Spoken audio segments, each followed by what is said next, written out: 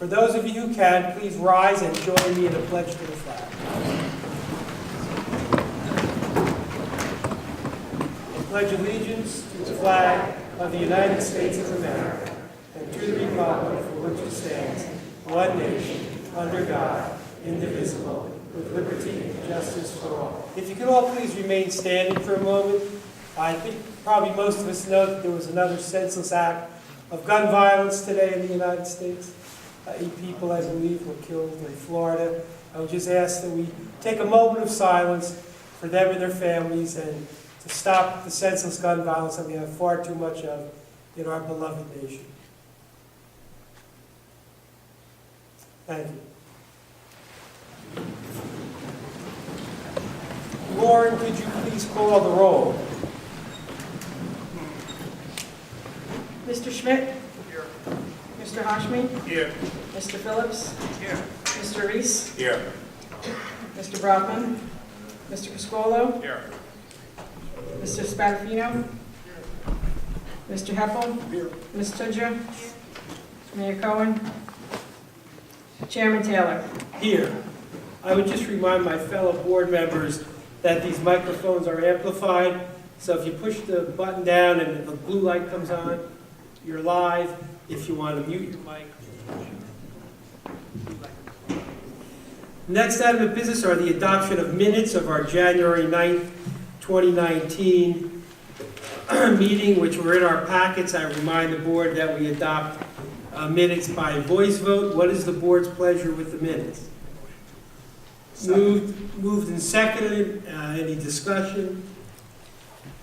Seeing none, all those in favor of the minutes as submitted, please signify by saying aye. Aye. Any nays?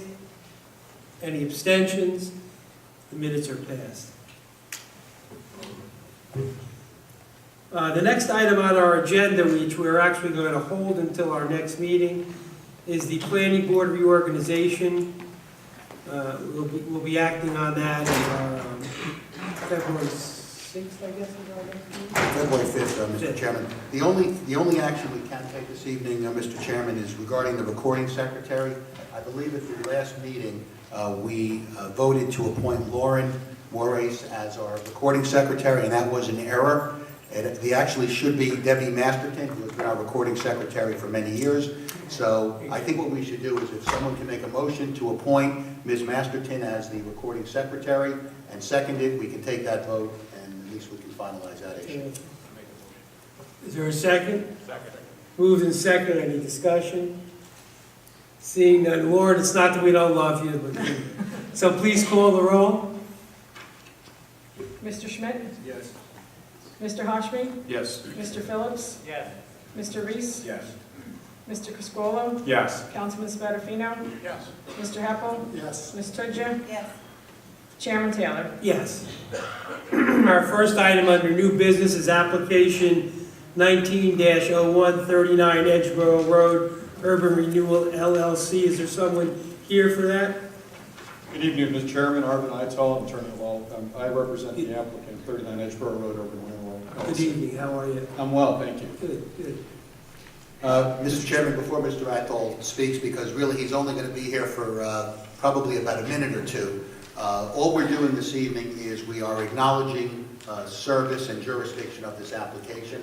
I have reviewed the affidavit of publication, proof of service affidavit, and the newspaper notice, and the board does have proper jurisdiction on this matter.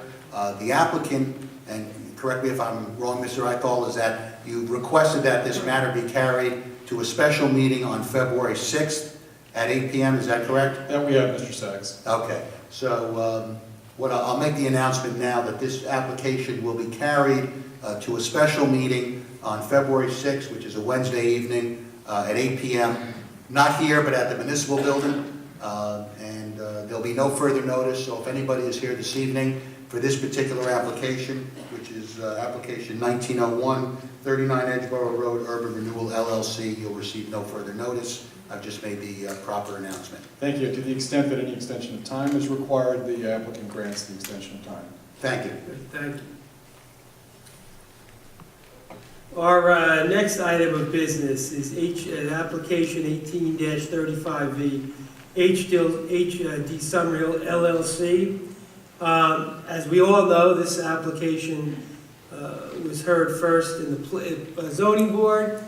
It is now before us, and this application is a little different from ones we normally hear. And I would ask my good friend and lifelong classmate, Mr. Sachs, could you explain exactly what's so special about this application? Yes, thank you, Mr. Chairman. And just for good evening, everyone. My name is Larry Sachs. I'm the board attorney. I just want to explain to the public that this application, which, and many of you, I'm sure, were here for the zoning board application, which I believe one of the meetings may have even been held in this room, I'm not sure. But the zoning board operates a little bit differently than the planning board. So let me explain to you the procedure that will be followed. And it's the procedure, by the way, that's been followed by this planning board for at least 20 years. I've been the attorney for 20 plus years. Mr. Taylor's been the chairman for that long, and we have other members who have been here for more than 20 years. The way that the planning board handles applications, and this one will be no different, is that the applicant will be permitted to present their entire case. All right, so I know at the zoning board, many of you probably had an opportunity to cross-examine witnesses after they testified. That's not going to happen here. What's going to happen is the applicant will present their witnesses, presumably their engineer, traffic engineer, planner, architect, etc. But after each witness testifies, the board will certainly have an opportunity to ask questions, just like we do on every other planning board application. Our professionals who are seated at the table in front of us will also have that opportunity to raise any questions or inquiries. The applicant will then be permitted to present their next witness. There will be a public portion at every meeting. We do not anticipate that this application will be decided this evening. In fact, this planning board has blocked out 3 meeting dates over the next 6 weeks. So if it's, and again, I don't expect that it'll be completed this evening, but there will be a meeting scheduled for February 5th, which will be a special meeting, and there'll be another meeting scheduled for February 27th. At the conclusion of every meeting, time will be reserved for the public to make comments. Your comments will be limited to 5 minutes.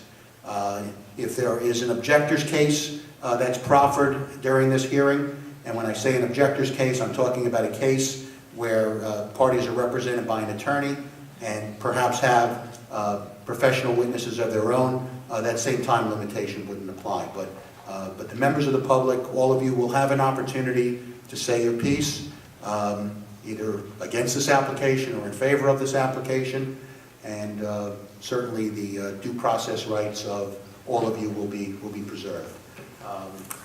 So, Mr. Chairman, that's pretty much all I have to say on that issue. I know you have some comments about...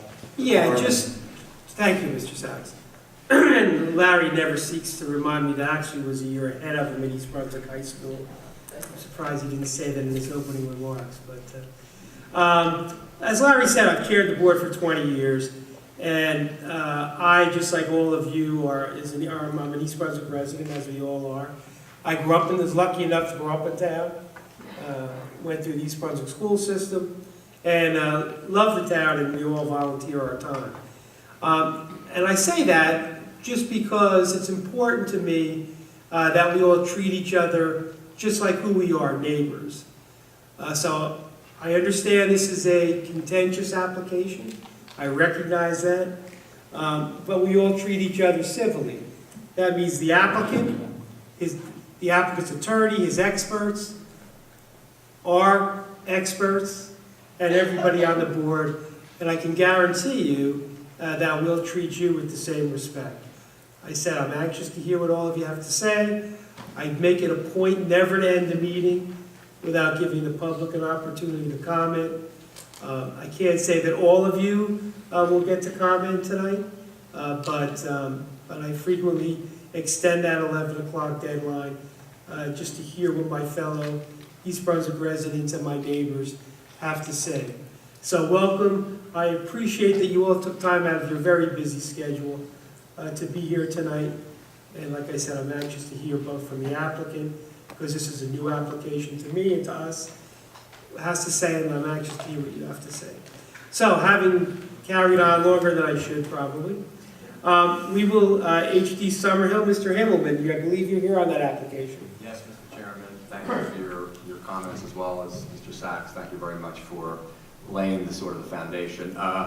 My name is David Himmelman, and I do represent the applicant, HD Summerhill, LLC. Mr. Sachs, just for matters of jurisdiction, I presume that you've had an opportunity to review my affidavit. Yes.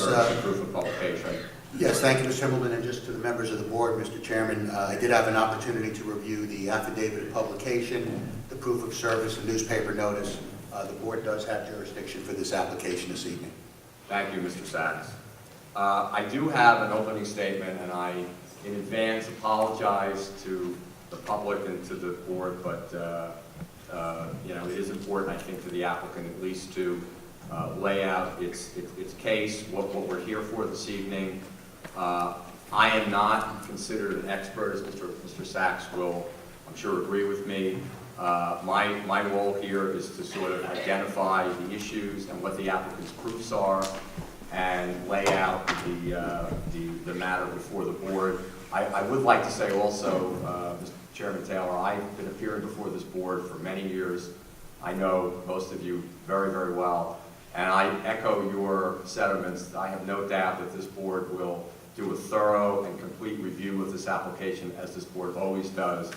And I agree with you. My only request is that we all act civilly and ask questions that are pertinent to this application. And I know that Mr. Chairman and Mr. Sachs will make sure that that process is followed, but I want to say that. And I look forward to moving forward with this application. In any event, as the board is aware, and the public, the application before you tonight is for preliminary and final site plan approval with C-bulk variance relief. For the record, the property is known as Block 243, Lot 6.04, and it's located at 377 Summerhill Road, obviously here in the township of East Brunswick. The property consists of approximately 10.34 acres of land and is located in the town green zone of the township of East Brunswick. The applicant's project includes 5 three-story residential buildings and a total of 120 apartments, 1 clubhouse, 1 proposed CVS pad site, 1 bank pad site, and associated parking. The proposed number of units is consistent with the density requirements in the TG zone. The residential units will consist of the following: 38 one-bedroom units, market rate units, and 58 two-bedroom market rate units. In addition, there will be 4 one-bedroom affordable units, 15 two-bedroom affordable units, and 5 three-bedroom affordable units. While the applicants seek several bulk variances, some of which include pre-existing nonconformity requirements and waivers that are requested from the ordinance, it's the applicant's belief that this site plan is consistent with the requirements of the TG zone and is essentially an application as of right. The applicant has carefully reviewed the zoning standards for the TG zone as initially set forth in the housing plan for the township for the design of the project now before this board. The applicant developed and designed the plan before you, which consists of the 5 residential buildings, each 3 stories in height, which complies with the height requirement of 35 feet. For the record, the applicant seeks a variety of variances relating to building density and parking requirements, landscape buffer, signage, and certain waivers, which the applicant's professionals will describe in more detail. The proposed project is a planned unit residential development, which is permitted in the TG zone. Pursuant to your ordinance under section 228-118.3, a planned unit residential development in the TG zone shall include a 20% affordable units as defined in the Township Housing Compliance Plan. The applicant proposes to provide the required number of affordable units to be contained in the residential buildings as required by the Township's Housing Compliance Plan. By way of background, in May of 2016, this Township approved the settlement of litigation instituted in the Superior Court of New Jersey, which saw compliance by the Township Mount Laurel housing requirements. As part of the settlement of the lawsuit, the Township approved the Township Affordable Housing Compliance Plan which included what was previously known as the Matt Calley property, which is the property subject to this application, which, as you know, is located at the intersection of Summerhill Road and Old Stage Road. The 2016 Township Housing Element and Fair Share Plan, which was the basis for the COA settlement, specifically recommended that the subject property to be rezoned to the TG zone from the previous OP, otherwise known as Office Professional. The 2016 Housing Element also stated that the subject parcel has the potential to yield 120 dwelling units, with 24 units designated as affordable units. On November 28, 2016, the property was formally rezoned by the township through the adoption of Ordinance 16-20. Thus, the subject of the inclusionary property, along with other properties designated to be rezoned and/or redeveloped under the housing plan, facilitated the settlement of the COA litigation, which resulted in an acceptable number of affordable units to the parties. As to this property, the housing element and fair share plan specifically provided as follows. The property is known as Block 243, Lot 6.04, and is 10.32 acres in area. The current zoning of the property, Office Professional Zone. The property has frontage on Summerhill and Old Stage Road. Access to the site is from both Summerhill and Old Stage Road. The property is recommended to be rezoned as part of the housing element and fair share plan to TG, otherwise known as the Town Green Zone. The TG zone permits 12 dwellings to the acre as a planned development and is inclusionary with a mandatory affordable set-aside of 20%. In addition to the residential component, the TG zone also permits a variety of office and retail uses as part of a mixed-use development. Permitted uses in the zone will include multifamily residential structures, including encouraging a variety of housing types and styles at a maximum building height of 3 stories, and accessory uses including recreational amenities typically associated and supporting multifamily development. The existing zoning also permits a variety of office and retail uses as part of a mixed-use development which supply commodity or services primarily for the residents of the surrounding neighborhood. The property currently contains an underutilized office building which was improved and constructed in the 1970s. There is an existing parking field behind the building which abuts a wooded buffer area to the west and wooded green acres to the north. The property does not appear to contain wetlands or other environmental constraints. The tract has potential to yield up to 120 dwelling units, with 24 designated as affordable at gross density of 12 units per acre. As this board is aware, there's been extensive coverage both on social media, including East Brunswick helping each other, and other discussions in public forums regarding the issues of concern relative to this application expressed by certain citizen groups and residents, including the Borough of Spotswood. While the applicant recognized it is their burden of proof to justify the relief sought, including but not limited to the impact of the project on the existing traffic, the surrounding Frostwoods area, and other concerns, it is also important that the correct facts of this application be presented so this board can assess and analyze the application on its merits.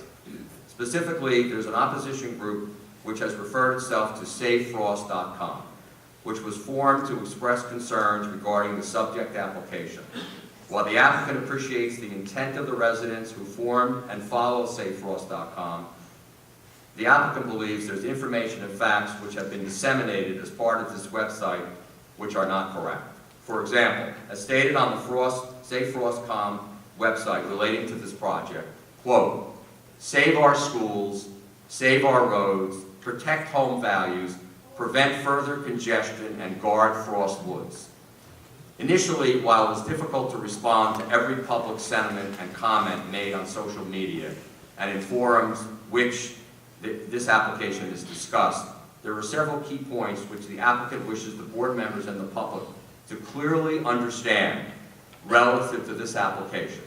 First, at the time of the rezoning of the subject property and the adoption of the Township Housing Element and Fair Share Plan in 2016, Concerns with regard to the buffer requirements of the TG zone were raised by residents, particularly those who lived along Francis Road near the subject property.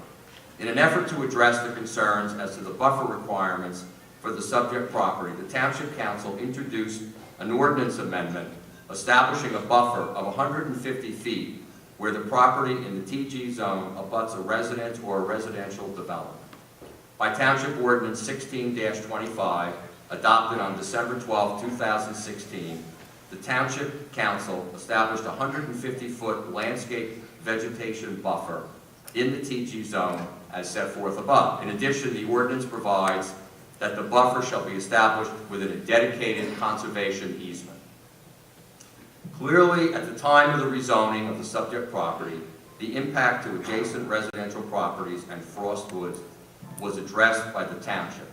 In fact, the Township Council responded to those objections raised by residents who reside in close proximity to the subject site and adopted the ordinance creating the 150-foot buffer to ensure that the Frost Woods Park, including all trees and vegetation, would be permanently preserved through the dedication of a conservation easement. This applicant is subject to this conservation easement restriction, and thus the 150-foot buffer requirement will be adhered to. The applicant agrees with the concerns expressed by SaveFrost.com as to the importance to safeguard the Frost Woods Park. Simply stated, the applicant will not modify, alter, and/or change Frost Woods, and thus it will be permanently maintained as a preserved area forever. Frost Woods will be saved. As you will hear from the applicant during these proceedings, the developer will be providing some parking spaces available to the general public in an effort to allow easier access to over 2 miles of trails located in the Frost Woods Park. Presently, there is no parking available for Frost Woods Park on both Summerhill Road and New Brunswick Avenue, and the 2 public entrances to the preserved Woods Park.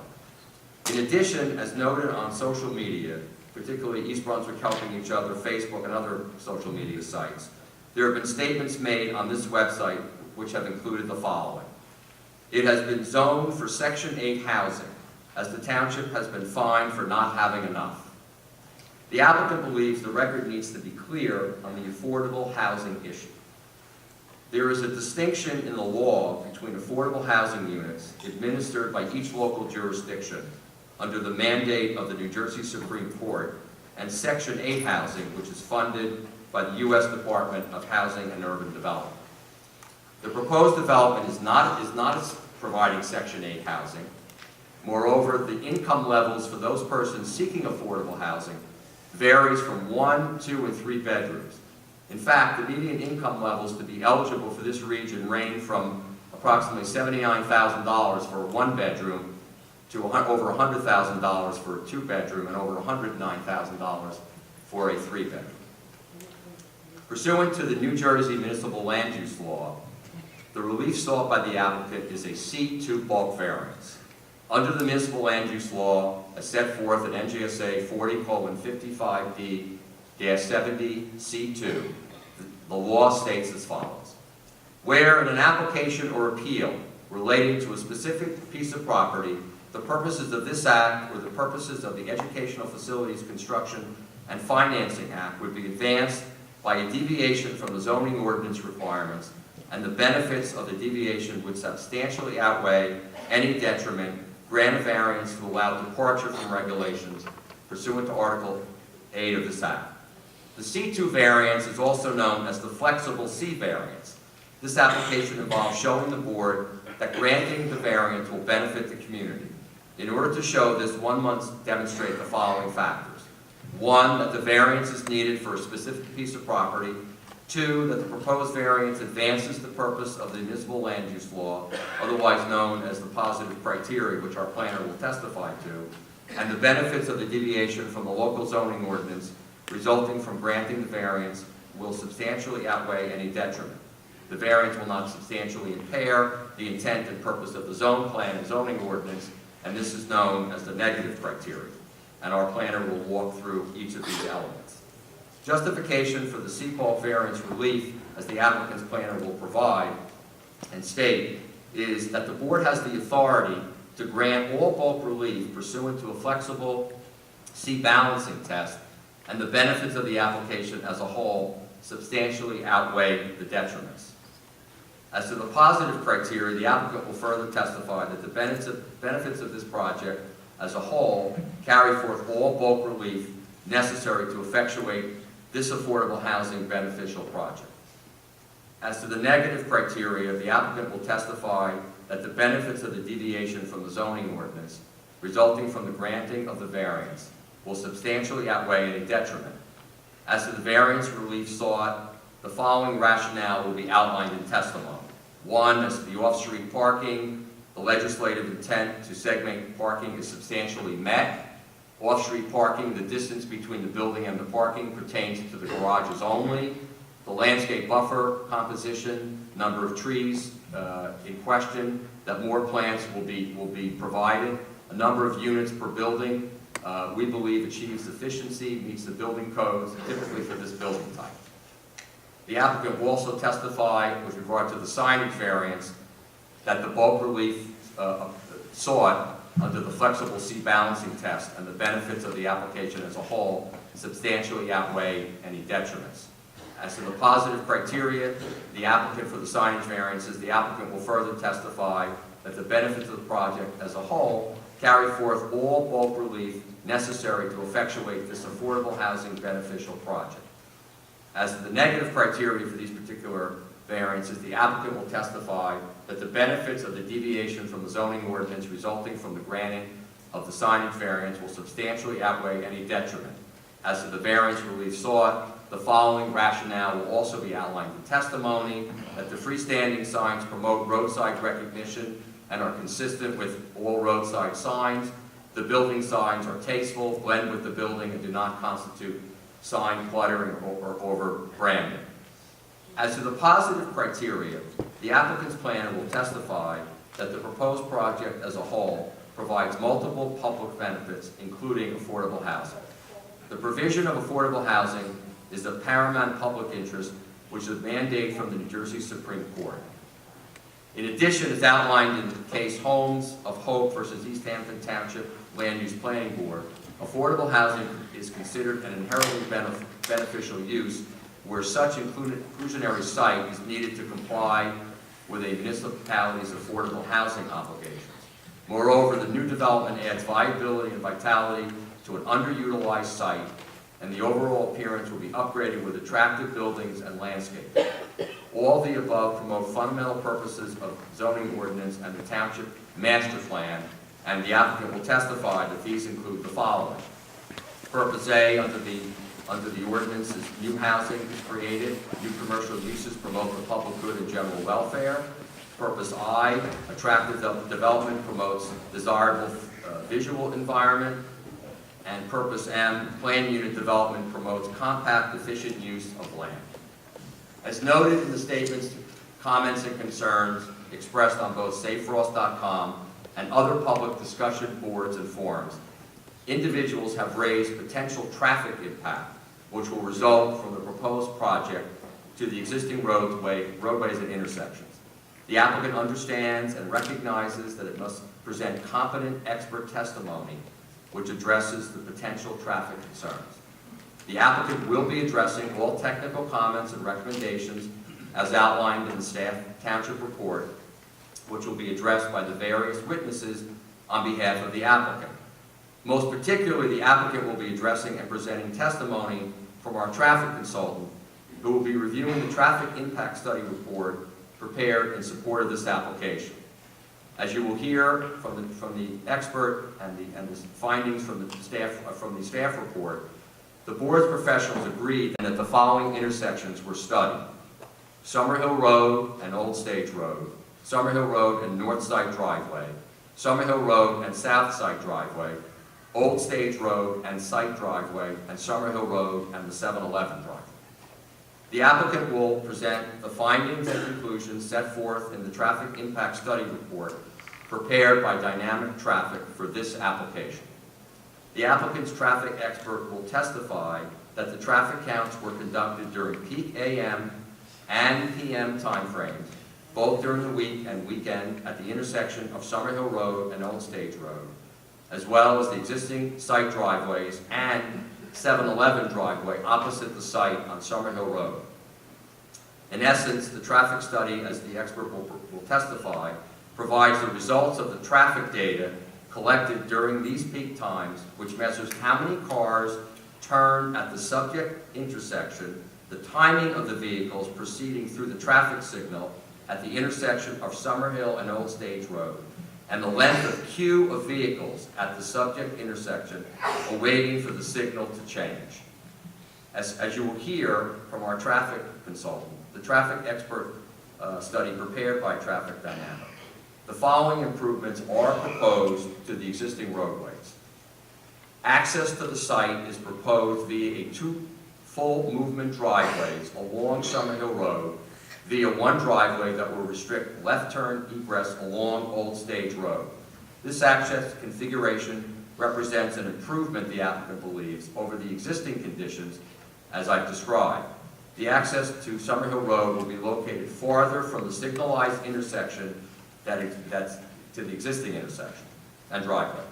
A 2-way center turn lane will be provided along Summerhill Road, which will, the applicant believes, improve traffic operations, and our traffic consultant will testify to that. As the board is aware, and this will be confirmed by expert testimony through our traffic consultant, the results of any traffic impact study are based upon level of service criteria, and as the applicant will testify, from A to F. A being the best level of service, and F being the worst in terms of the traffic delays. As you will hear from our traffic consultant and the findings of the study report prepared and submitted by Dynamic, it concludes, as you will hear, that the proposed roadway improvements, as I've described, the traffic at Summerhill Road and Old Stage Road will operate at overall level service D. As the traffic engineer will testify, presently the overall intersection operates at level service D, and thus the applicant will substantiate that there will be little if any traffic impact from the proposed development project, assuming it will be fully occupied. Moreover, as will be presented in testimony by our traffic consultant and engineer, the traffic study concludes that the traffic on Summerhill Road and the proposed south side driveway will be improved and operate at a level service C, which is improved from the current service level, which the applicant believes is in part due to the addition of the 2-way center left turn lane.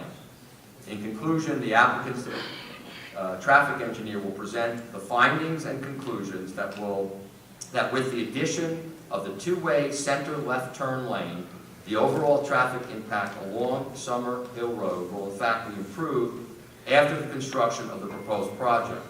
In addition, the overall traffic impact from the proposed project at the intersection of Summerhill and Old Stage Roads will not be adversely impacted, and you will hear testimony from our traffic consultant accordingly. In addition, and most importantly, the applicant has obtained approval for the Middlesex County Planning Board, which included an extensive review of the traffic impact of the proposed project. As part of the county planning and board approval, the county approved the applicant's proposed planned roadway and site improvements of the project. As part of the Middlesex County Planning Board approval, the applicant agreed to a dedication of right-of-way from the existing property, which will allow for the continued buffer to exist along Summerhill Road. The applicant is not taking these traffic issues lightly. It retained a qualified traffic engineer who carefully analyzed the specific traffic patterns and developed specific recommendations through consultation with Middlesex County to improve the conditions, including the access points from the site and the intersection of Summerhill and Old Stage Road. As is the case with such proceedings, the applicant is confident that this board will carefully review and thoroughly analyze all the testimony, including all the expert witnesses, reports, plans, and other documents presented by the applicant, as well as input from the board's professionals and staff, and weigh such against the concerns raised by the public before deciding whether to grant the relief sought. The applicant will be presenting a variety of witnesses during the course of these proceedings, and I will just identify those, although I am not certain we will get through all those, as Mr. Sachs indicated. This evening, we will present Nicholas Manoy, who's to my left, who's the managing member of HD Summerhill on behalf of the applicant. Next, we will present Brett Skapanitz, who is our professional engineer from Dynamic Engineering, who will testify on site and civil. And if we have time tonight, we will also present our traffic consultant, Craig Paragoy, also from Dynamic Traffic. We do have other witnesses, but I think at this point, we will assume that they will be presented at a subsequent meeting. I thank the board and the public for your patience while I went through my opening, and I have no further statements at this time. Thank you, Mr. Himmelman. I'm just before I ask Mr. Sachs to comment on something. You know, this application has a big impact on the borough of Spotswood. And I'm just curious, if you live in Spotswood, could you just raise your hand? I just want to kind of get a sense of the crowd. Okay. Well, first of all, welcome to East Brunswick. And Mr. Sachs, I know you asked to make a comment. Yes, thank you, Mr. Chairman. I just want to advise the board that Mr. Himmelman's opening statement is not evidentiary at all. It's an opening statement. It is not to be construed as any traffic testimony, any engineering testimony, any planning testimony, and it is not to be considered in your deliberations on adjudicating this particular application. Thank you, Mr. Good. Sachs. Thank you, Mr. Sachs. Although it's been my experience all these years that engineers want to be lawyers and lawyers want to be engineers. I'm neither, so I'm just happy to be up here banging the gavel. Are there any questions before we call our first witness? By the board, by the staff? Mr. Himmelman, would you like to call your first witness?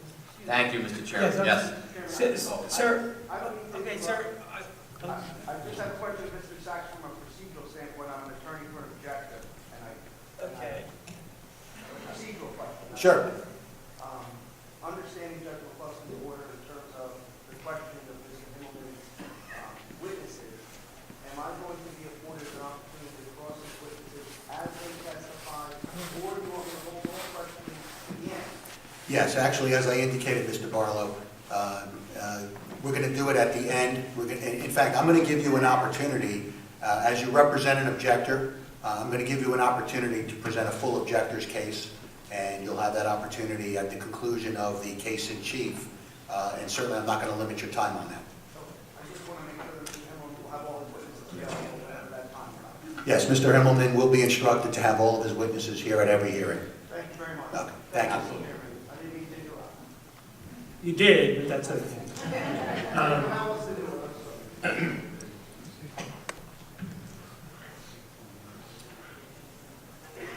I'm sorry, Mr. Himmelman. No apologies needed, Mr. Chairman. So our first witness this evening is Nicholas Manoy, who, as indicated, is representing the applicant, HD Summerhill, and I believe we have to have Mr. Manoy sworn in. Yes, could you please rise and raise your right hand? Do you swear to tell the truth, the whole truth, so help you God? I do. State your name, spell your last name, and I know Mr. Himmelman just did it. Explain your connection with this application. Sure, it's Nicholas Manoia, Minoia, and I am one of the managing partners of HD Summerhill. Welcome. Thank you.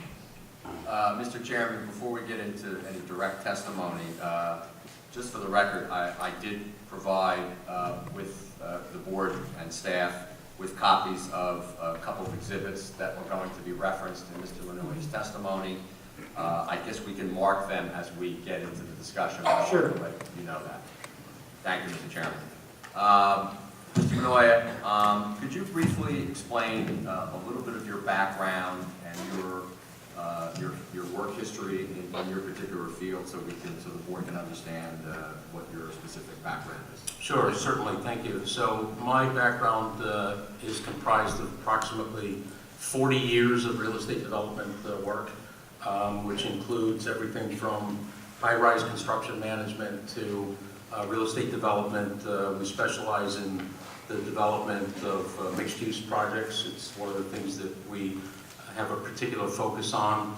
Background includes the construction, the development, the management, leasing and the sales of all forms of real estate. I've been involved in retail real estate, office buildings, some industrial properties, self-storage, and largely multifamily, which includes, in concert with my partner, somewhere in the neighborhood of probably 10,000 multifamily units over a 40-year history.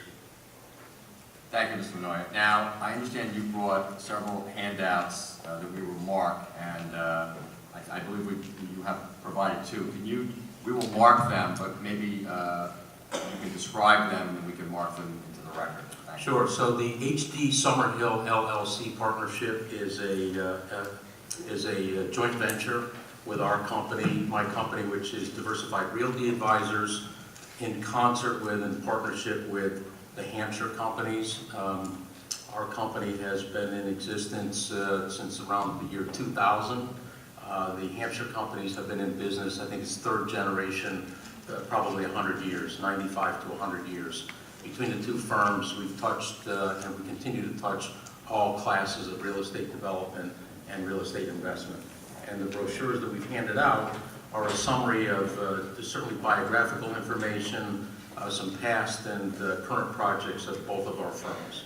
Okay, so for the record, if we could just, so the first exhibit, which we can mark as A1, Mr. Sachs, is entitled Diversified Realty Advisors LLC, which you referred to, which this, I understand, is a company profile and some significant projects that you developed in conjunction with Diversified. Is that correct? That is correct. Okay, would you, for the record, just, if you would mark that A1 and just date that for today and initial it? Thank you, Mr. Manoy.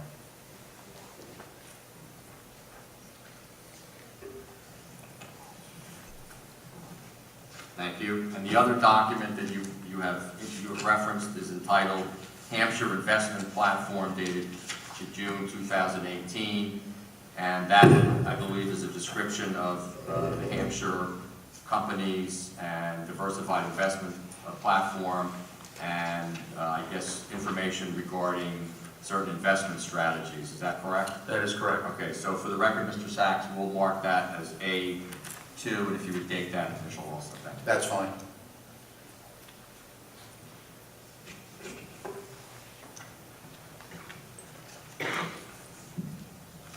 Thank you, Mr. Manoy.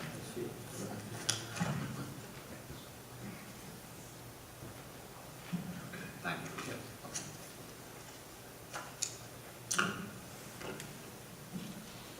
Now, in order just to put the application in context, could you provide for the members of the board and the public just an overall description of the proposed project, which is the subject of this application, please? Sure. So the existing property is, as you stated earlier, is approximately 10.3 acres.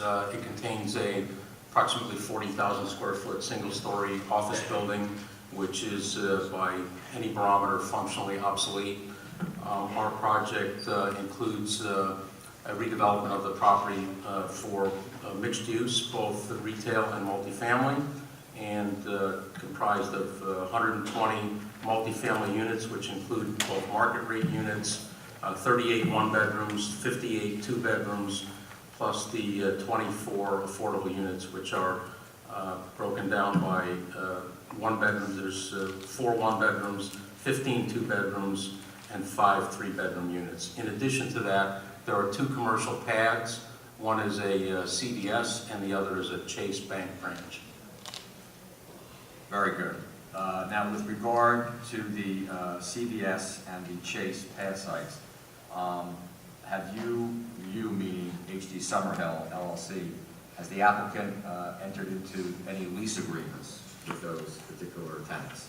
We have. Those lease agreements are executed leases and binding leases. They are out of the diligence period, and those are binding leases in both cases. Very good. Now, why did HD Summerhill look to acquire the subject property, which is obviously the property involved with this application?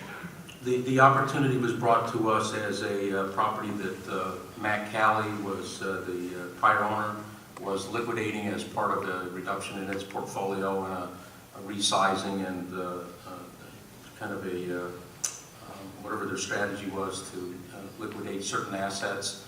This particular tenant in the property was also downsizing, looking to relocate, so the property became somewhat obsolescent for their portfolio. One of the main attractions for us was the fact that the underlying zoning was an inclusionary zoning for affordable housing, which again, we specialize in mixed use, both retail and multifamily. It is our specialty.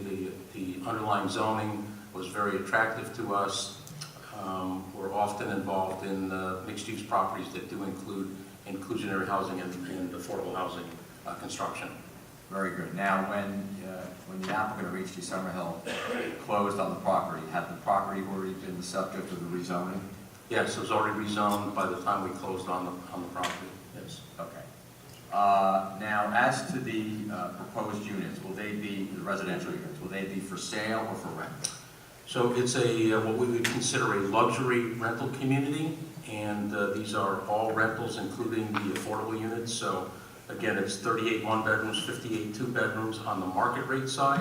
There will be some three-bedroom units, 5 in number, which is based on what the affordable housing guidelines are that are set by the agencies that really control the affordable housing. Very good. Will there be an on-site rental management company during the course of the life of the project? So in addition to the fact that we design and develop these communities, we are our own builder, we are our own general contractor. We construct these communities, we do the lease up of the residential units, and then we have on-site management there, so that we are the owner after the construction. We will have an on-site management office for both the property management and the lease up, and that'll be manned during normal business hours. Very good.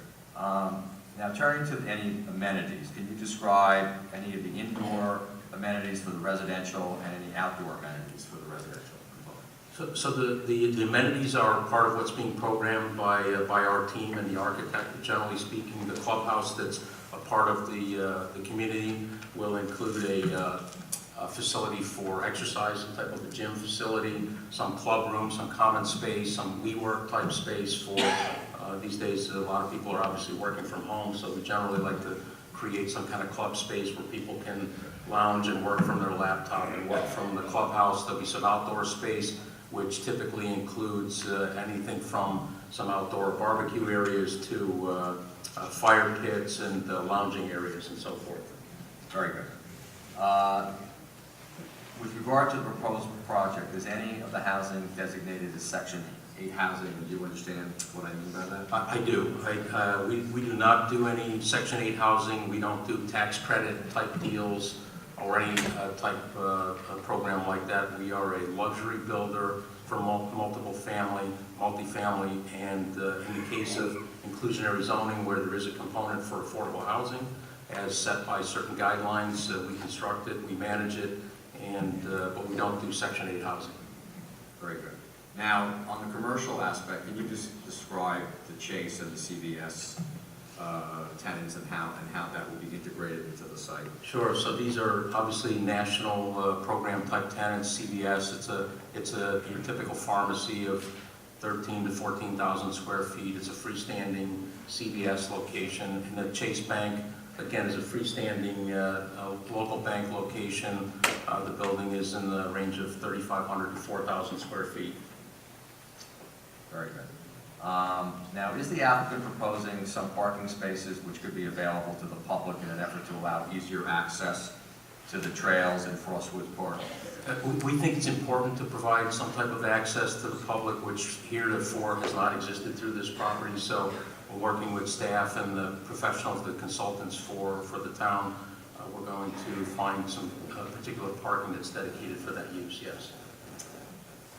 Now, with regard to the, you heard discussions in my opening regarding the 150-foot buffer requirement, which was a conservation easement. What is your understanding of that, and the applicant's willing to comply with that restriction? So when we first put the property under contract, we reviewed the zoning. As part of our diligence, we realized that there was a significant buffer that was put in place to protect the adjacent residential neighborhood and obviously the park areas. So our application conforms to that. We believe it's important, and our layout and our site plan is subject to that buffer. Very good. Is the applicant proposing or will be reviewing any type of pedestrian access from the site to the trails located in Frost Woods? Again, that is it's a fantastic amenity for not just the community, but the residents here, and it's important for us to have circulation so that working with the topography there to create some type of access via a set of stairs or however we work through to connect to some of the existing trailways through the park. Very good. Mr. Benoit, would you like to add anything else or discuss any items that you feel at this point are important for the board and the public to be aware of the project from your vantage point? No, I'm good at this point. Thank you. Okay. Mr. Chairman, I don't have any further questions for Mr. Benoit at this time with the board. Thank you, Mr. Benoit. Mr. Napoli, you have a question? Typically, a clubhouse is a separate building, but sometimes there are amenities in each building. The only amenities that I can see here are the outdoor amenities on the most centrally located building. So can you explain to me a little more about the clubhouse? Yeah, sure, and certainly our architect will testify more in depth as to, that particular aspect of it, but where you see the outdoor amenities, that building adjacent to the outdoor amenities will have the interior space that will be the club room, the WeWork space, and the gym will be part of that building included in the structure itself as opposed to a separate structure. Thank you. Any further board questions? Mr. Phillips? Hi, I remember me from having been on the previous application. And I had some questions that haven't changed from when I was looking at what you had offered the last time. So, in the 7 months or so that you've had, I noticed that we still don't have any effective exact parking spots for people who may want to access Forest Woods. It's really trying to work out the best program. It's absolutely important to us, so it's really just working with, the new engineer on behalf of the township to work out the best location that we think is suitable from everybody's perspective. And in light of where you have parking lots that are available that are adjacent to Frost Woods, you wouldn't suggest necessarily that would be the best places? Is that what you're saying? Oh, I didn't say that. I think that may be the best place, but again, it was one of the things that was just left open so that we could all have some input into it. So as part of the process and the finalization, if we get that far, and hopefully we do, we would include that parking based on, in concert with and in conjunction with the team for the community. Okay. And I think I saw that there's still I guess there's a limited number of parking spots. These parking spots don't meet the requirements, is that correct? Did I see 217 versus? The applicant's engineer will testify with regard to compliance with the residential site improvement standards, but yes, that you are generally correct. Okay. You mentioned that this is luxury rentals. I think you mentioned it 2 or 3 times. Can you describe briefly what you mean by luxury rentals? Sure. What would be the differentiation between that and an ordinary rental? Sure. So again, I'm not sure how you define ordinary rentals because I don't believe that we do any of those, and we certainly don't own them. In our view, luxury rentals are determined by the finishes that are provided, working to what the market is. So it's high-end finishes, it's stone-type countertops and certain cabinet finishes and the like. Trim, moldings, the exterior finishes of the building, and certainly the rents. The rents are programmed here for approximately $2,000 for a 1-bedroom apartment and somewhere in the neighborhood of $2,400 to $2,500 a month for a 2-bedroom apartment, plus utilities. So so it's the amount of money and the amenities within the homes. Is that what you are using this? And the community, the layout, the mixed use, and the amenities that are part of it. Okay, and the amenities amount to, I think, I tried to write some of them down. You said barbecue pits, and what was the other? Fire pit, outdoor fire pit. Fire There's a club. There's an indoor. The indoor space includes a club room, a gym, some type of WeWork a space for those that work from home. Okay, so those are the amenities that you're referring to? Those are the part of the amenities. Certainly the park is a large amenity as well. The, The adjacent park. right, okay, but that's, you're not doing anything to augment that. You're just going to be able to utilize it. Well, I think we said we're going to provide access to the public.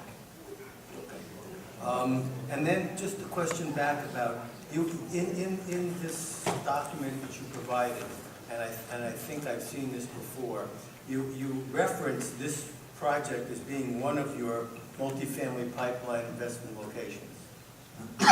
So, yet it technically isn't built yet. So I would wonder, on this page where there were about 9 others, are all of those houses built? I'm Mr. looking Phil, at page 13. Which document are you referring to, A1 or A2? A1. A1, okay. I'm sorry, what page are you on? 13?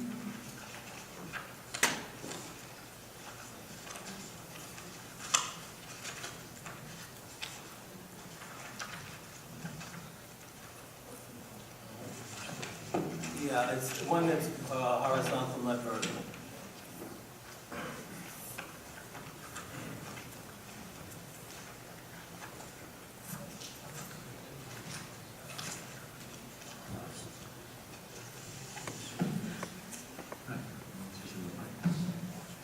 You're talking about page 13 that shows the map up in the Yes. Hampshire. We have a list there of, It says it's a New Jersey multifamily pipeline. We Yes. consider this a pipeline project. okay, so It is in the pipeline. all of these are not yet, theoretically not done yet. Some are done, some are not. It's a pipeline. Just for the record, that's A2, not A1. Yeah, I thought it was there too Thank you. also as well. But, and then I just have one last question about your structure, because I think I'd like to get clarification. After this project is set up, is it correct that this will actually be a separate operation, a separate company? It is its own, as is the case in all of our communities, its own LLC. So it's a separate ownership, so that we don't commingle assets. But this entity, HD Summerhill, will be the owner. Okay, so it's a standalone financially arrangement? Yes. Okay, thank you. Any other board questions for this witness? Staff questions? Thank you, Mr. Merriman. Thank you, Mr. Chairman. Thank you. Next witness, if the board doesn't have any further questions, is our civil engineer, Brett. Is everybody in the audience hearing us okay? I didn't know if that was a yes or a no. Okay, great.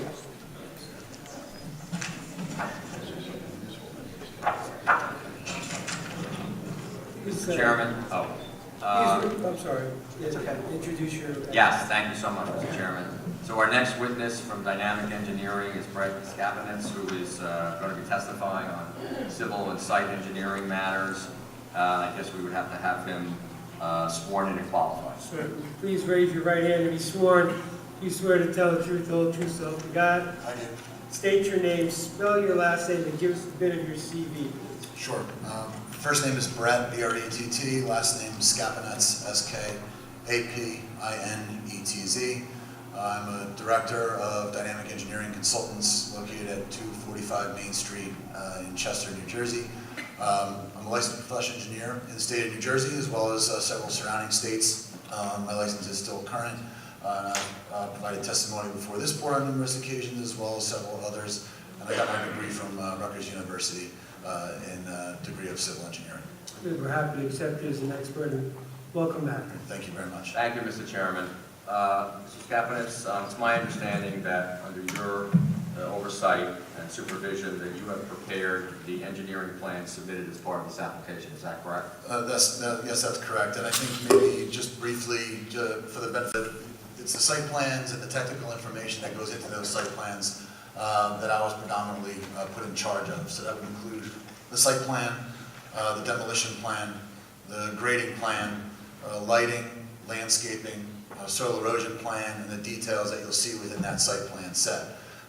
We did that by doing the initial research of the town zoning, doing a site visit, performing a survey, which I'll touch base on as one of my first exhibits, pulling all that information together, and then through collaboration with our client, the architect, traffic engineer, planner, as well as the team from CVS and Chase Bank in this case, we put all our information together to come up with the site plan that I'll be presenting this evening. So predominantly I'm outside of the building. I will talk a little bit about the sides of the building as I get further into my testimony, maybe about all the utilities that go inside the buildings, but anything inside the structure themselves is to the architects. Very good. Now, I understand, Ms. Kavanaugh, you have brought some exhibits with you this evening, and I know some of them are a copy. When I switch the board, I'll also put the one up on the stand too, since I have them.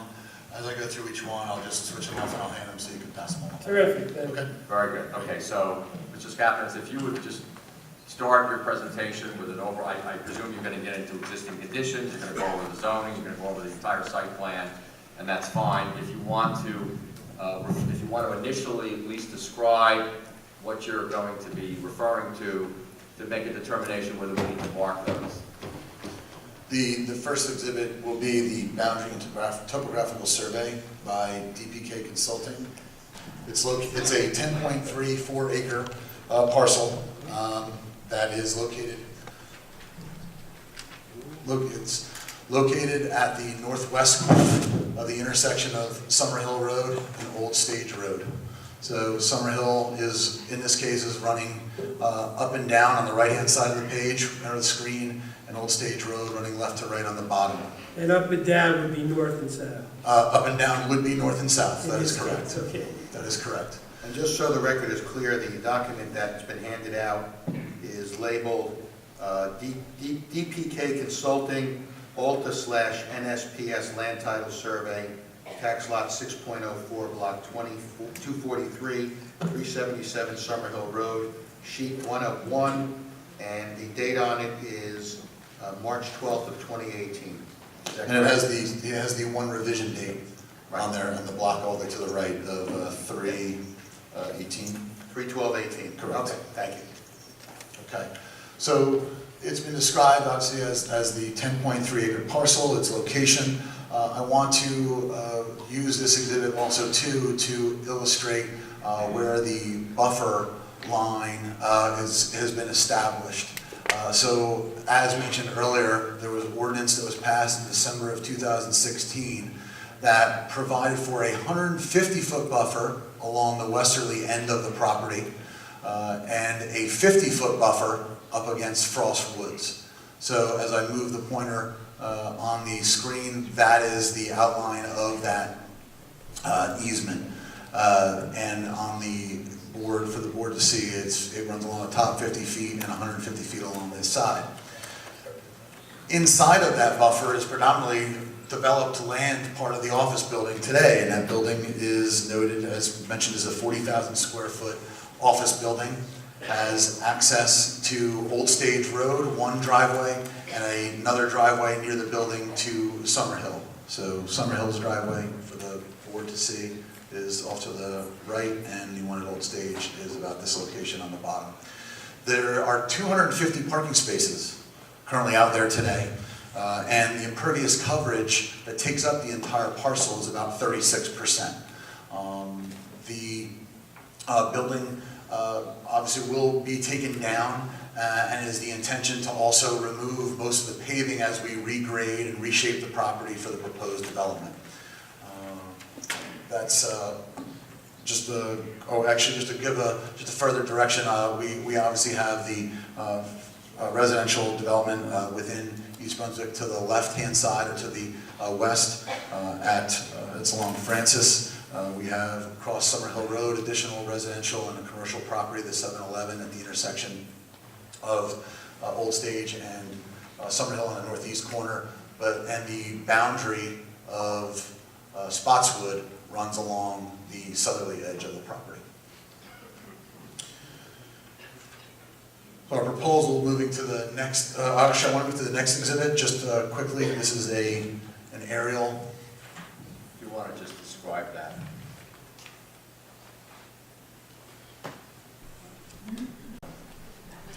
this next handout, is just to help give a better perspective as to how, because the survey is in black and white, just to show how the existing building sits amongst its neighbors. Okay.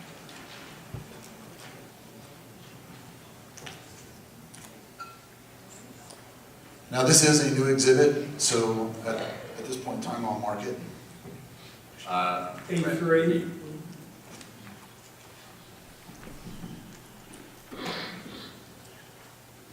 And the exhibit, as it's being,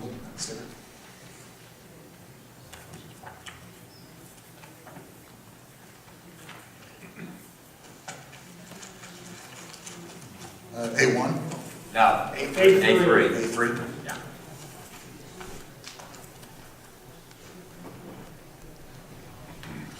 Again, for the record, A3 would be an aerial map, which is dated September 14, 2018, Mr. Skapanitz? That is correct. And it's simply taking the, we took the aerial photo. It's very similar to the map that's on within our site plan set, and it's black and white. It shows the 200-foot radius around the property, which is utilized for notice purposes. That is a dashed line that runs around the property itself. That is a thicker white line on the board that I just put up on the easel. And so for the public, you see that thicker white line around the property, and then there's a line that is the 200-foot radius line, as I mentioned, that we put on the plan for, again, for establishing who gets proper notice. So you can see, as I mentioned in the survey, there is the 150-foot and 50-foot buffers. Those today on the property are primarily wooded lands, okay? So the wood line as you see, and I get into further exhibits, the key is to know is that the wood line that's shown and is out there today is for about 90% of this to be maintained, as you see in the exhibit here today. There's just a shading of the woods. I'm going to point to the board on the northern end, and on the western end you see the wood line. As I get into the plan and exhibit shortly, you'll see just where we're essentially straightening out the wood line along the northern edge of the parking lot, and we're essentially bringing the western edge of the parking lot as it exists today straight down along that easement line down towards Old Stage Road. The next exhibit. I'm confused for a second. Can you, Yes, go ahead. can you answer? Sure. The drafting here is different where the buildings are in here.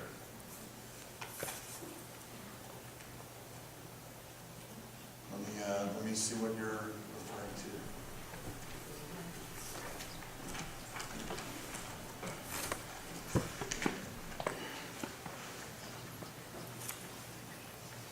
It looks dated.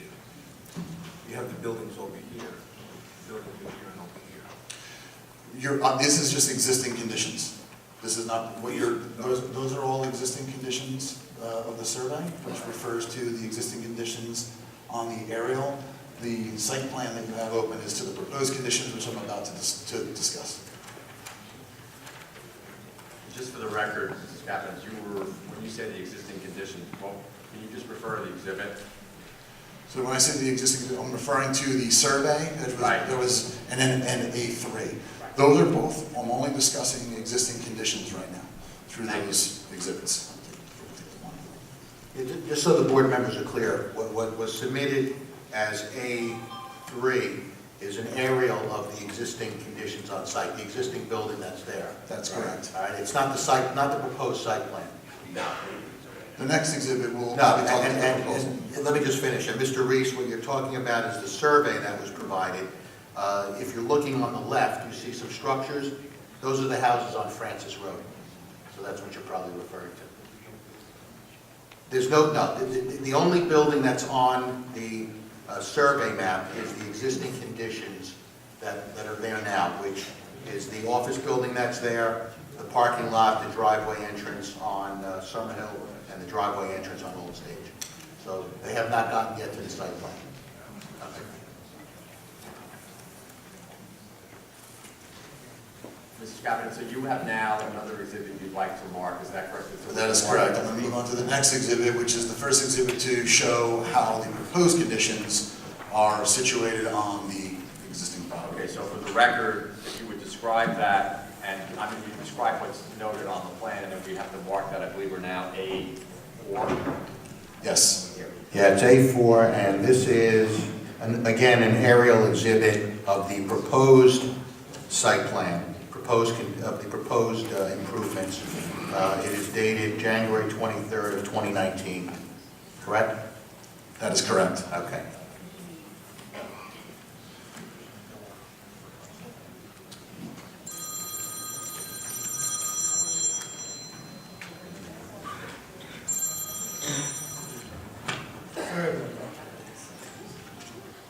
So this next exhibit is important because what I've basically done is I've taken the previous exhibit that I talked to about the wood line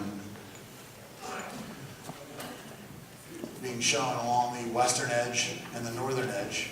Again, the western edge and the northern edge, and showing how we have essentially straightened out those edges but maintained the 150 feet to the west and the 50 feet to the north, as is required to maintain the easement that's in place on the property today.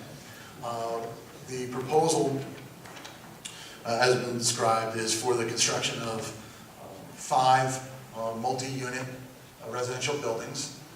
4 of the buildings, the 3 that are located along the western edge, one on the northern, towards the northernmost property line, have 25 units in them apiece. The one in the middle has 20 units contained within it. There is also a proposed 13,196 square foot CVS pharmacy with a drive-up lane, and the proposed 3,470 square foot Chase Bank. From an access standpoint, we went from the single driveway that went out at about the edge of the CVS pharmacy. So as I'm putting on the screen, if you look at the northerly edge of the CVS pharmacy, it's about where the driveway was located previously. So on the exhibit up on the stage, it was about here. We're moving that driveway as part of the proposal further away from the intersection of Old Stage and Summerhill, and then creating a second driveway at the northern edge of that easement line and closest to the Chase Bank. There is a proposed new access. It's being relocated along Old Stage Road. That driveway is being shifted a bit further to the east, but it's going to have restricted movement in that it will allow full movements into the site, but it will only allow right turn movements out of that driveway onto Old Stage Road. So you would not be able to make a left-hand turn out of that driveway and head towards the intersection. And that'll be restricted through a concrete island as well as signage at the end of that driveway. We propose a parking field to serve all the uses on the site. Starting with the residential, let me clarify as how it's situated and how many spaces are there for that part of the development. We are required under the code within the TG zone. There's a requirement for 1.75 parking spaces per dwelling unit. And there's 120 dwelling units being proposed, which requires 210 parking spaces. We show in the area of the residential, either as a combination of the garages, each one of the buildings has garage spaces on the face of the building. Between the garage spaces and the at-grade spaces on pavement, there is a total of 217 parking spaces in the area of the residential. The CVS pharmacy requires 66 parking spaces, and there are 59, however, that are immediately around the CVS, and I'll get back to that in a moment. The bank requires a total of 12 parking spaces, and we show 25 in the immediate vicinity. Now, in my 20 years of experience, the total number of parking spaces that's proposed on the site, it's a combination of all the uses. Everything then is looked at as a combination of the whole, on the property. So when we look at it as a whole, there's a requirement of 288 parking spaces required for the entire development. the proposed plan shows 301 parking spaces on this site, okay? When I mentioned 301, I also want to mention something I mentioned earlier, in that the existing plan out there today, there are 250 parking spaces out there today. So there's only an increase of 51 parking spaces over what's out there at that location.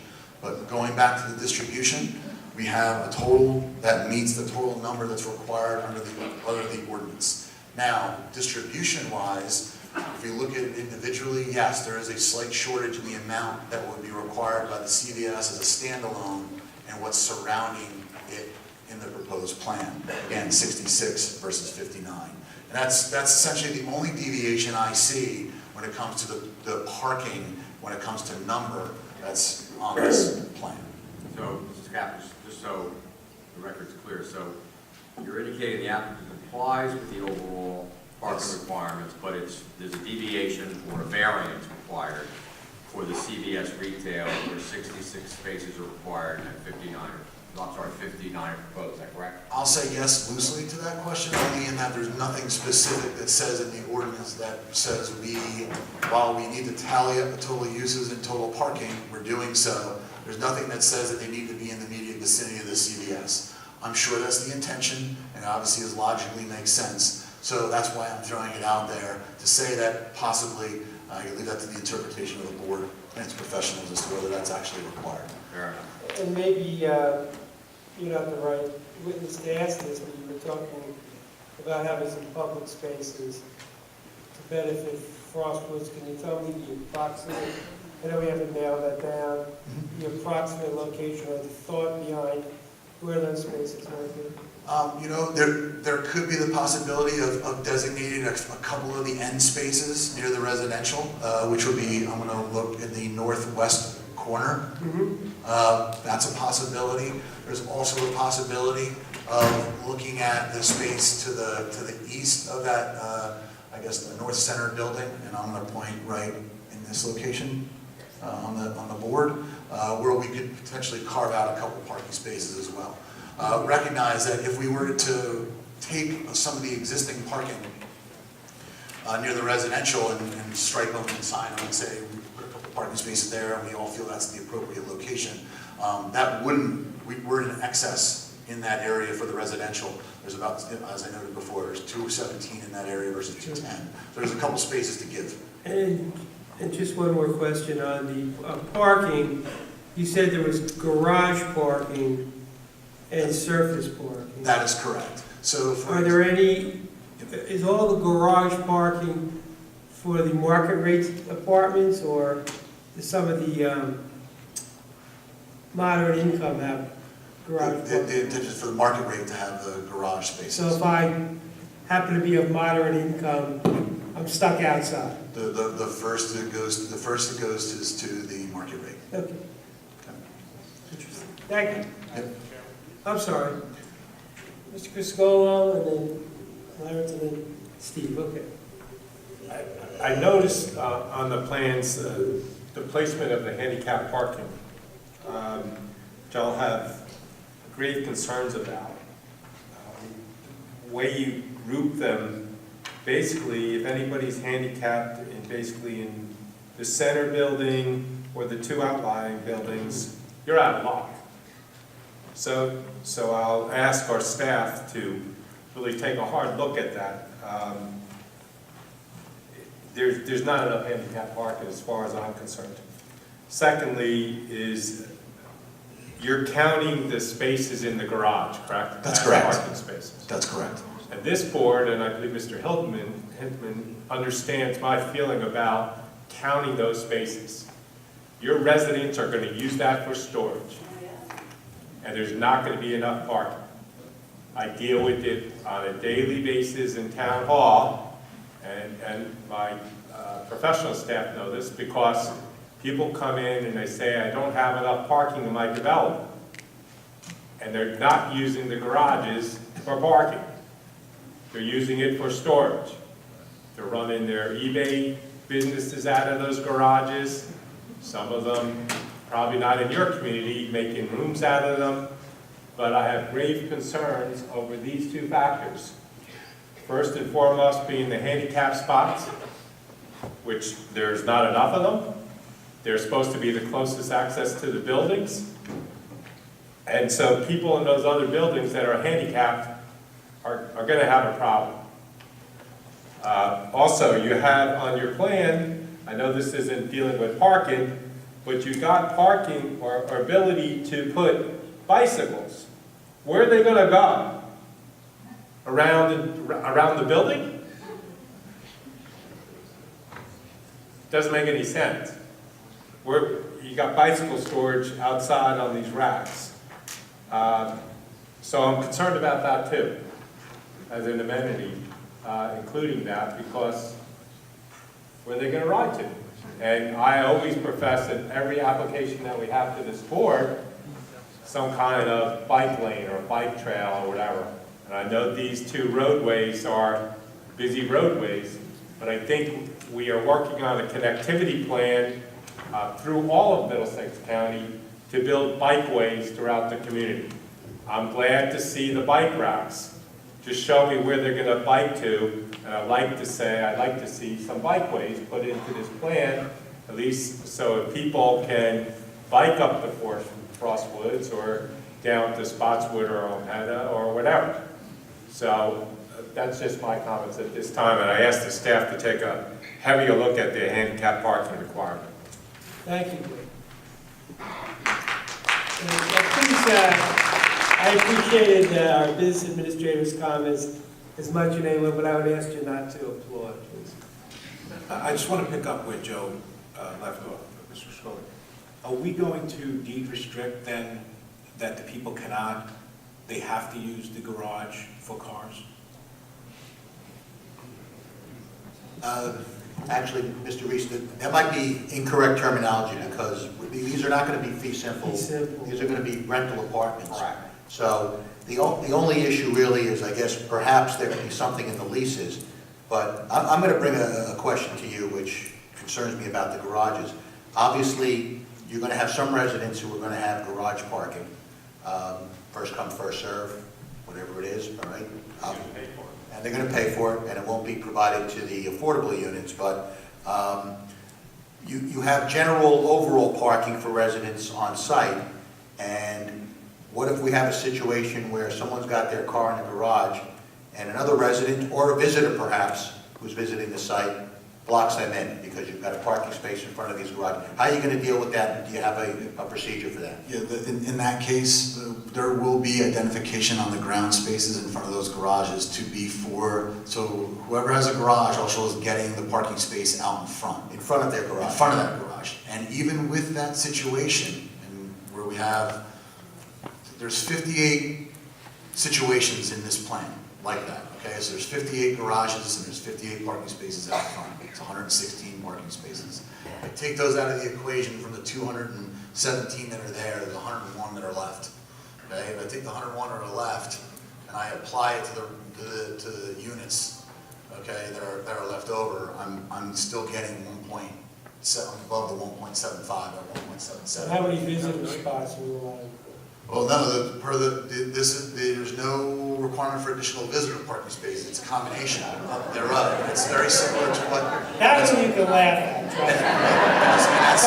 And that's very similar to how RSIS operates. So if I go to visit my best friend who is renting one of your units, and we want to take a little hike in Frost Woods, I'm out of luck? If there's a parking space that's open out front there, you park in it. They're not all designated. Excuse me. Yeah. We have a problem if people talk because we have a court reporter who's here who is transcribing everything that's said. If she's unable to take it down, then we don't have a complete record. So you're going to have to refrain from making public comment. All right? You'll have an opportunity to do so this evening. So I'm sorry, explain that one. Because there is no, the requirement is the 1.75 per dwelling unit, and that would include, it takes into account, should take into account the need for visitors or the ability to have visitors park there as well. Yeah, I share concerns about parking on this plan with Joe, and I know several of the other board members. I'm sorry, go ahead. with the parking inside the buildings is how you get there. So just want to do the math. How many spots are going to be for the public to go hiking? We didn't decide on that number. Is it how many? I don't know what that number is going to be. Is it 5? Is it 10? It's going to be a determination between your professionals. I think we need to know the that. right number. I mean, look, if you want to go through the math, there's 7 extra spaces there right now. But that's including everyone utilizes the garage. There's a requirement for 210 parking spaces, and there's 217 in the vicinity of the residential. So there's 7 additional parking spaces above and beyond what the ordinance requires. So let's say it's 7. But that's, just for my own, that's including the garages. Yes. Correct. So if people utilize the garage like Joe says, and like we know they're going to. And there's nothing that would enforce to say that they have to use it? Well, let me explain something. When you're dealing with a residential project, the applicant and the municipality are both bound by what's called the residential site improvement standards, which dictate how many parking spaces you need based upon the number of bedrooms.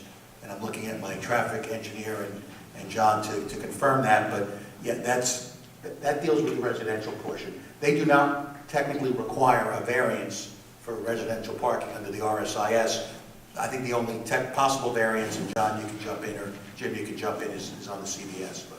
Now, Mr. Sack, my understanding, Mr. Sack, is technically there's a waiver required. A waiver requirement, which you'll have to apply to the Department of Community Affairs. Correct. But that's not of any import for this particular board, unless they don't grant that waiver. That's correct. Okay. Yeah, my only point was, what sounded like such a magnanimous offer by the applicant to provide the residents of East Brunswick access to Frost Woods isn't quite what it sounded like when I first heard it. Well, Mr. Chairman, I think the intent is the applicant does want to provide that public parking. We want to provide it in a smart way that doesn't affect the overall parking and on-site circulation, number one. Number two, I think we would really welcome your staff's input on where that parking should be I located. understand, but it just, And I think it's sincere. And we had those discussions even when we were before the zoning board, so. But again, I think it's an issue that needs to be flushed out. yeah, I'm not questioning the level of sincerity, I'm No, I questioning the level of magnanimity, that's all. I understand. Mr. Phillips, you had a question, and I hope I didn't touch it. Well, actually, my question was starting out similar to their question about how you handle the logistics of counting parking spaces inside a building and also counting the very spot right in front of it outside. That assumes that all those people then would have the use of the two spots. Is that correct? That's correct. That unit would have the use of the 2 spots. Okay, so for whatever reason, if somebody doesn't decide that they want to get out of their car and open up a garage, so they take the spot in front. I'm just trying to understand what your application includes people who have done this before someplace? And we can have some understanding as to how these seemingly incongruous questions come up and get an answer? Mr. Chairman, I think, fair point, Mr. Phillips. I think we could have Mr. Benoit address that issue, particularly as it's been handled in other communities that they've developed and how he proposes to deal with that here. Thank you. It's really a very simple issue. It's a management issue.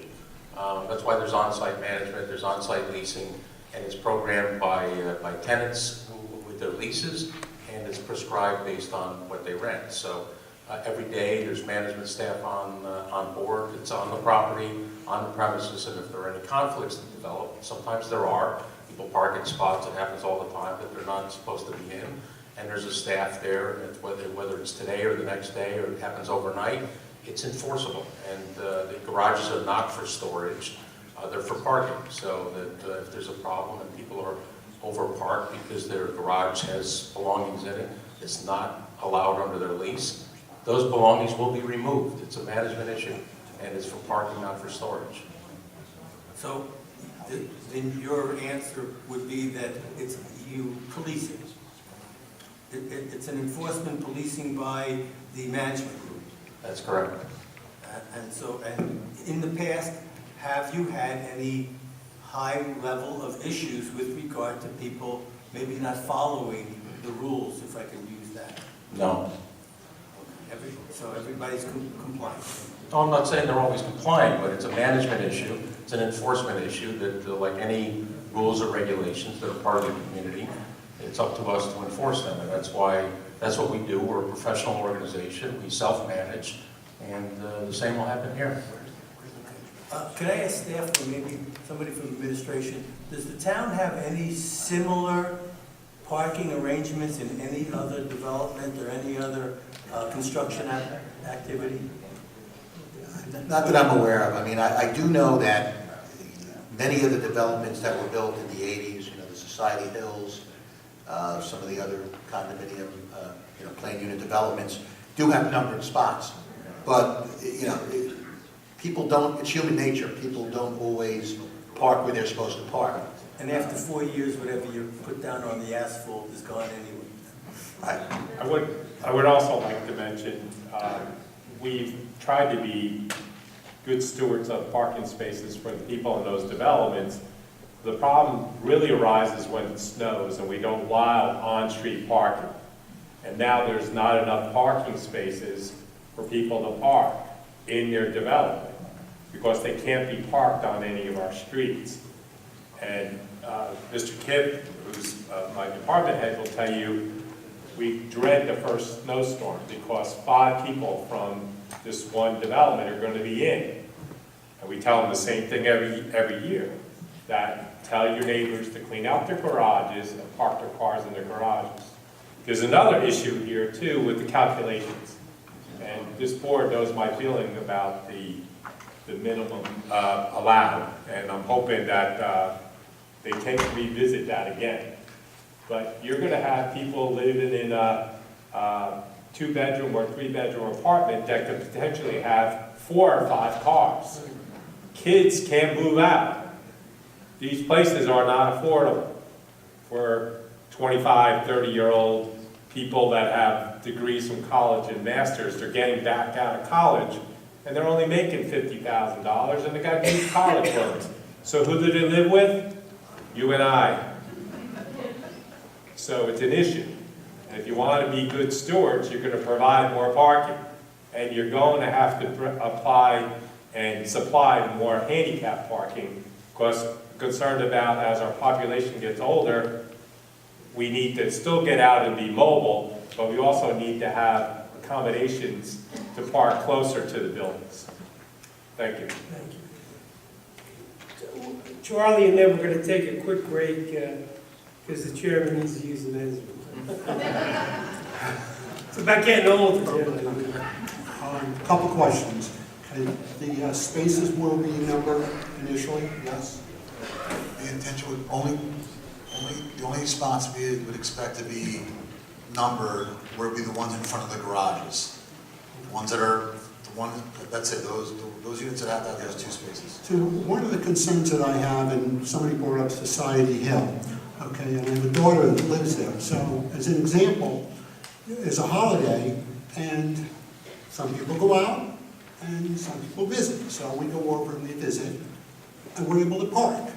But when people have, so that 1.75 in that situation is a real 1.75. But when you have garages, and let's say, were there 30 some odd garages, I think you said? There's a total of 58 of them. 58. Okay, say 30 of them go out. There aren't 30 additional spaces to park because they're not, and that's a concern to me because even though it may meet the 1.75, in the spirit of it, it seems to me that it's light. If there's a way to add additional parking, I think we should take a good hard look at that. Okay. They didn't bring my gavel over from the municipal building, so I'm just we're in recess for about 5 minutes, which means 10. Take your seat. And if you want to have discussions, feel free to have them in the hall. Thank you. Larry, you have a question before we move on? Yeah, one of my questions I meant to ask earlier is, so what happens to the bike path? What bike path? There's a bike path that goes down Summerhill. There's no change. It's on the sidewalk. The sidewalks along Old Stage and Summerhill are getting replaced. Brand new sidewalks will be located along both. There will be an 4-foot sidewalk along Old Stage and an 8-foot walk, which helps to accommodate the bike path along Summerhill. So you're going to continue the 8-foot sidewalk that connects to the 8-foot sidewalk up further on Summerhill? On Summerhill, correct. So it would really be a head path for wider width? Isn't that a little dangerous? No, we've used that other places. Multi-use path. Even with the in and out of the driving? in and Well, out? that's another issue we could talk about when we get to our traffic. Okay, I think I'm concerned about the safety of people, of cars turning in and out, and you have a bike path right there. Okay. All right. Mr. Hillman, you will continue? Yes, Mr. Skapanis, I know you were in the process of going through your testimony, and you were referring, I believe, to A4, so if you could continue your testimony on these issues, thank you. Yeah, we were obviously talked a bunch about parking, just a couple tidbits on the parking, and I'll move on to other aspects of the plan. Is that we do meet parking size, 9 by 18. Drive aisle widths are compliant with respect to their width at a minimum of 24 feet. We have varying widths of 24 and 30 feet on the site. From a loading standpoint, obviously no loading is necessary for the residential. There's one loading space for the CVS pharmacy that does meet your ordinance requirement, and that's located on the western side of the building. And then the bank does not require or need a loading space for its operation. From a pedestrian circulation standpoint, I know we just touched on that briefly, but there are sidewalks that are integrated throughout the interior of the site that connect to the new sidewalks that will be provided along the perimeter at Summerhill and Old Stage, as I just mentioned. Technically, the site does increase impervious coverage. I mentioned that before. Currently, there's 36% impervious coverage. This plan increases it to 51% impervious coverage, where 65% is actually allowed per the TG zone. So we're still well under what's required, but yet with the increase, there's a requirement to mitigate the stormwater runoff that happens as a result of the increase. And that's happening by way of the introduction of an underground stormwater basin that will be located between the CVS and the, I'll call it the southwestern residential building in the parking lot. And so on the board, it's in the area that I'm pointing to here for the board. That is a storm trap system. It's essentially it's a specific manufacturer. It's essentially a bunch of cubes that placed underground, collects the water, then holds it, detains it, so that it discharges off the site at a reduced rate than existing conditions. We're forced to do that under the state stormwater regulations, which your code follows as well. In addition, we're enhancing, we're making much better the stormwater condition by introducing a water quality unit into this stormwater system. Whereas today, stormwater runs off the majority of the asphalt paving, the building, well not the building, the paving, which would contain contaminants from cars, particulates, and that runs directly straight and out into the stormwater collection system. We intercept that water, detain it, and then it goes through the manufactured treatment device, water quality unit that's at the end of that detention basin, cleans it, and that has a maintenance plan that we submitted to the board as well that needs to be followed by the owner that has regular maintenance to ensure that it maintains water quality for the stormwater discharging out towards Old Stage Road. So that meets stormwater requirements of the site. There are existing sanitary sewer that will be connected to gas, water, and electric. All those utilities are available throughout the site, and we plan to introduce them through new utility runs coming in off of Old Stage and or Summerhill Road to service the property. From a lighting standpoint, we do introduce new lighting by way of area light fixtures and building mounted fixtures. The majority of the area light fixtures are 15-foot high single pole LED fixtures. that will be scattered throughout the site as per the lighting plan. There's about 50 of those. Then there is another a group of building mount fixtures that are on at the fronts, at the garage doors of each one of the buildings, as well as around the CVS, at the building, for Chase building, as well as underneath the canopies of both the Chase and CVS operations. With respect to the lighting, there are requirements per your town code.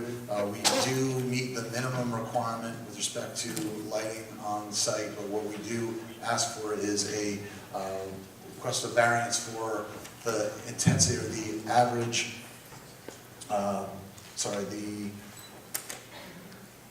average illumination in the parking areas. There's a maximum that's allowed of 0.75 foot candles on average, and we're at 3.8. Now, the 3.8 is a culmination of lighting that happens around the CVS pharmacy and bank, which have their own requirements, particularly for a bank and a drive-through, around the ATM. There are specific requirements for the intensity of light around those areas that drives up the average. Plus, we're also trying to maintain the minimum illumination within the parking areas for safety of the residents. We can work with your professionals to possibly drive that number down, but in the end, we will look for a variance because we will not be able to meet the 0.75. In my opinion, that would be an unsafe light level, and it would not be able to meet the requirements for the ATM in particular. If we were to introduce that in, it would drive the average up substantially. Talking about lighting, and look, I'm obviously very concerned about having adequate lighting, for the folks who eventually rent in this development. But I'm also really concerned about the folks who live near it. Sure. That they're going from, kind of as we all said, a kind of an outdated and underutilized office building to kind of, above the foot candles that are required. Yep. So if I lived on Francis, I don't know that I'd want to be, on a nice summer night, sitting in my backyard with Stalag 13 glaring. I can actually talk. I can talk to that. So one of the things that is in your code is that while we do need to meet there is a maximum average on the site. There's also a requirement that we don't have spillage off your property line. Right. Okay. And there But is explain that to the folks that may be here. Yep, sure. There is a requirement that we do not have. I believe it is more than maybe correct, it's 0.1 foot candle off the property line. Now, we do have that situation in 3 locations on that plan. 2 which are very important. 4 locations in this plan. 3 of which are very important, and that's the driveways. Okay, so we need to illuminate the driveways. We want to illuminate the driveways for safe entry, certainly, and then to raise to the specter of your board members' questions about the crossing of the sidewalk at the driveways. We do want them illuminated so people can see cars are pulling in and out, and vice versa. So we would exceed at those points. There is one other spot in the southeast corner of the CVS pharmacy that does exceed that 0.1 foot candle at the property line, and I will say now that we will modify the lighting plan so that we meet the requirement at that spot. I have to work with CVS as lighting consultant to make that happen, but once we remove that spot, the only location we would violate the 0.1 foot candles would be at the driveways.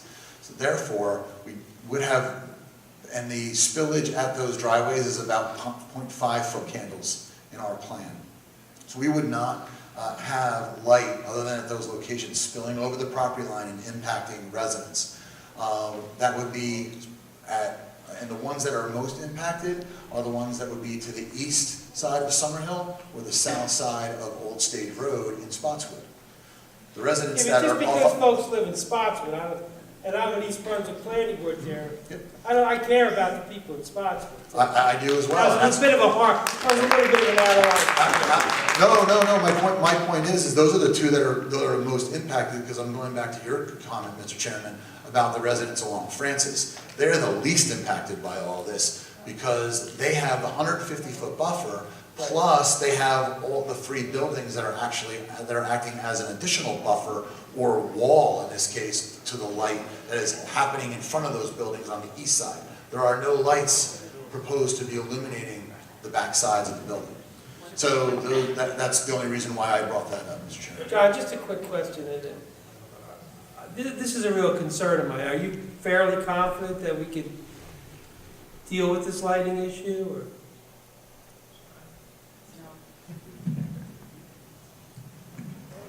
No. Chairman, we can, the applicant's testimony is correct. There were 4 areas where the lighting exceeded 0.1 foot candles at the property line. They've indicated where they were, and they're going to eliminate the one that wasn't on a driveway. As far as the overall average, we hear their statement that there is more intense lighting required for the CVS and for the bank or sections of the bank, but we would like to see the remainder of the site, the residential part, evaluated separately and see what kind of foot candles and what kind of intensities they have over those parking areas. With respect to his testimony regarding the people on Francis, I would have to agree with him. Okay. The buildings would block the light plus the 150 feet. And the residents in Spotswood and on the other side of Summerhill, they would be impacted not by the intensity, but possibly by the fixtures themselves. Gotcha. Mr. Saxon, I know you had a question. Yeah, just a question for the applicant or for the experts. Is the CVS going to be a 24/7 CVS? It's not. They would like to have the option to be 24 hours, which point they would, obviously have to come back and note that. But the hours would be 8 a.m. to 10 p.m. Monday through Saturday, 9 a.m. to 9 p.m. on Sunday. Okay, because obviously, the CVS, the illumination from CVS is going to create some type of aura in the neighborhood, but if it's not going to be 24/7, then obviously that would be minimized. I actually, to that point, your professionals did bring up the fact that we do show the lighting on all night long, and they brought up whether or not we could work with them on a nighttime lighting plan, and no objection to that. So as we look at Mr. Kraskowski's comment on the residential, we'll certainly look to provide a nighttime plan. Okay, thank you. Mr. Criscola, Joe, you? Well, on the lighting, I guess for the CVS booths, they use those bright red letters. I'd be concerned, much like when we approved the plan on top of the tower. Right. We did a little test trip, and some of us went across the street and looked at that, and they reduced the lighting. So, if this was to be approved, I think we need to put in there that we use some kind of LED technology, like, I've got the firm that we approved for that. Yeah, I don't recall either, but I think... With them? With them. With them. Well, Witham was the firm. Yeah. And I think we're going to have to be sensitive to that. The second concern that I have about lighting, we're going to have these residential units now backing up to a 150-foot wooded area, and concerned with windows in the rear from a public safety aspect. One of the first things you're told is you need to have some kind of lighting. It doesn't have to be huge, but I don't want my police department to be coming around the side of the building and not being able to see in the light and only using their flashlights or their other things.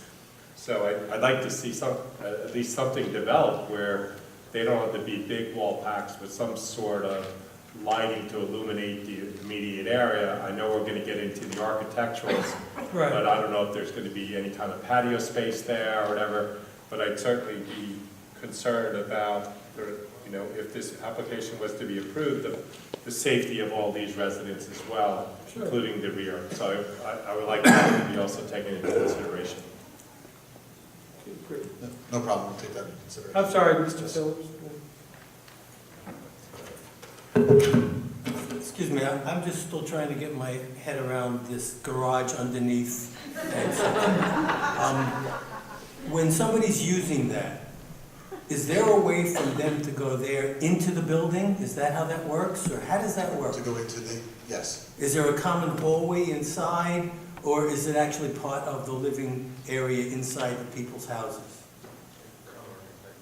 I'll say this for the question for the architect. Yeah. The architect has more detail Okay, on that. so, And I the mean, plans, the architectural plans do discuss that or reference that, but we'll have the architect testify to that. okay, because just the logistics of how people would go in and then get back out again, and Understood. and they're going past somebody's other car, et cetera, et cetera. It just I understand. is kind of confusing. Sure. Especially since we have nothing that we can go and drive up to and look at that is similar to this, certainly not in town that I know of. The other question, you have refuse in 2 spots for these buildings, is that correct? There's 2 for the residential, yes. Okay, and so the people inside the buildings, is there some interior thing they go down with a chute and somebody else takes it away, or would the individual people be expected to go over to the dumpsters? I'm going to defer that to the architect as far as the operation, whether there's shoots in them. Mr. Hillman, I guess maybe you can have the architect certainly address those 2 items. Absolutely. And then the third thing, and again, if you want to defer it to somebody else, that's perfectly okay. CVS has a loading dock area, is that correct? That is correct. And has it, and I guess we'll have to get some testimony from somebody exactly how big the trucks might be that would be delivering, because the CVS, as I understand it, aren't just giving out drugs, they have food and so forth inside, so I'm assuming that you don't show up with a UPS truck and fill those shelves. It's got to be a bigger truck. No, it is. Would that be fair? It is, yep, that is fair, and I can talk to that. I can give you some details. Yeah, why, I'm sorry, Steve. I have giant concerns about the interior traffic flow in this project, so if you could, Steve, Okay, this might be a good time to speak, answer Steve's question, and maybe, I don't know if you were through with your lighting testimony. I didn't mean But to the interrupt you. internal flow in this really concerns me. Again, the CVS, the bank, the lack of dumpsters in the space, you know, it just, I'm not sure I'd want to walk in, you know, I just have real concerns about the internal flow. So maybe you want to speak to that. Well, let me talk to the loading question Sure. first. So CVS will have 1 tractor trailer delivery a week. Did you say 1 a week? 1 a week, yes. it would And be- that will be a condition of approval, so that we, That's not, it's an average. It's an average. It could come twice depending. I mean, I can't tell you that it's not going to overlap some depending on supply, but typically it's 1 day a week. Okay, so. 'cause I live real close to the CVS, you know, on Riders, where Riders turns into Ruse. And I see trucks there all the time. I don't see them there once a week. Well, you're going to see, you'll see the tractor trailer should see it around once a week. Now, smaller trucks come more often. You're going to have smaller box trucks, your Coca-Colas, your other vendors, chips, whatnot. They're going to show up more often, and you can see as much as 6 to 8, maybe even a few more during the course of a week happening with a cart with regards to those vehicles. That sounds a little more like, Yes. So there is a difference there. every day there's a truck. And with respect to the tractor trailer, which is obviously the one that takes up, you know, the most space for circulation, everything in room, that's usually happening at an off-peak hour, which would be either late morning or early afternoon. It's And I usually- assume the applicant would object to making delivery hours a condition of approval. With respect to that delivery But truck, we often do that. it's scheduled by them and should not be an issue. That would not be a problem, Mr. Chairman. Okay? Can you talk to the location of where the loading area would be for that tractor trailer truck on the CVS? So on the board, it's immediately to the left-hand side of the CVS. And you're referring to? That's A4, and which is also up on the screen, so it's on the left-hand side. So there's a fenced-in area there that contains, off to that side, in addition to the loading door, which is on the, towards the corner, the southwest corner of the building. Then there's an area that's fenced in, which contains a compactor, which is only for cardboard, and that's picked up once a month on average. And then inside there as well is a dumpster, which is picked up roughly once a week for So regular the trash. tractor trailer then would be stationed between what appears to be a fence back towards the drive-through? Is That's that correct. That is correct. And do you know what that distance is? There's about 30 feet in there. There's room for the truck to be situated and a car to pass by. And I want to speak to that, and I want to speak to that side, because there is a comment about circulation in this side of the CVS that was brought up in the professional's letter, and it needs to be addressed right now, which is the fact that when you come in off of Old Stage, so I'm going to point on A4 on the board. So you come in on Old Stage and you're heading toward, you're facing that back area of the CVS. We currently show a lane of traffic immediately facing head-on that traffic coming in off of Old Stage. Okay, and that was brought up as a conflict. What should have happened is we should have reversed the striping. So that when a vehicle pulls in, or a truck pulls in, the tractor trailer would pull in that drive, pull straight ahead, and get situated so the back of his truck is at the loading door in the southwest corner of that building. He unloads and he continues straight ahead, turns off, likely going towards Summerhill, and then making his turn to where he's got to go. Right now, we have that conflict with the traffic heading in the other direction, so we're going to switch the striping in the direction of flow on that side to eliminate the conflict. I'm still trying, the tractor trailers, even if you have a pop trailer there, with the tractor, it's over 45 feet, 40 feet from the beginning, one side to the other. That's correct. I'm just wondering how it's going to fit there. It will fit there. The dimension is wide enough for a tractor trailer at its width, which is... They're all 8 foot. Width is not the problem, it's length. Well, it's width and length in this case, and we have enough length in the loading zone to situate the trailer such that once, in this case, the head of the trailer on the angle that it's placed, there will be enough room for the bypass of traffic in the single lane as against that loading area, which will now be running from south to north along that side of the building. Jim, it looks tight to me too. Yeah, Mr. Chairman, I just But I'm not a traffic. I just have a question with regard to the testimony that was just given with the head-on condition that was pointed out in our report and the reversal of the flow. It seems to me that would then interfere with the circulation of the drive-through. So I'm not sure how that would work. We were kind of looking for that southbound aisle to be lined up more with the right turn that's going out of the site. So that's a comment in our letter that we would have to work with them on, or see a revision to address that comment. With regard to the tractor trailer, we do have site circulation plans. I can certainly review them and make sure that it can access that spot and check the design vehicle to also make sure that they've got the appropriate design vehicle there. Thank you. Okay. Steve, read through today. To move on from the plan, within the plans, landscaping, we showed, you see in the plan set, there are circles of various sizes throughout which represent shade trees, shrubs, ornamental trees, and even evergreen trees that are planted throughout the site. And it's on A4. The plan proposes a total of over 950 total plantings, which includes 38 shade trees, 7 ornamental trees, 41 evergreen trees scattered throughout. So we do, as a result of removing the trees I mentioned earlier. And how many will you be removing? There's a total of 168 trees. 168? Yeah, 168 in our plan. Now, we do need to work through with your professionals, because in looking at the trees that we are removing, several of them are not in the best of condition, actually dying or dead. So we need to work on the final number. But in the end, we're working on replacing, as per ordinance, a number of the trees on site. And then for those that we can't, we obviously will contribute to the township fund for the replacement of trees.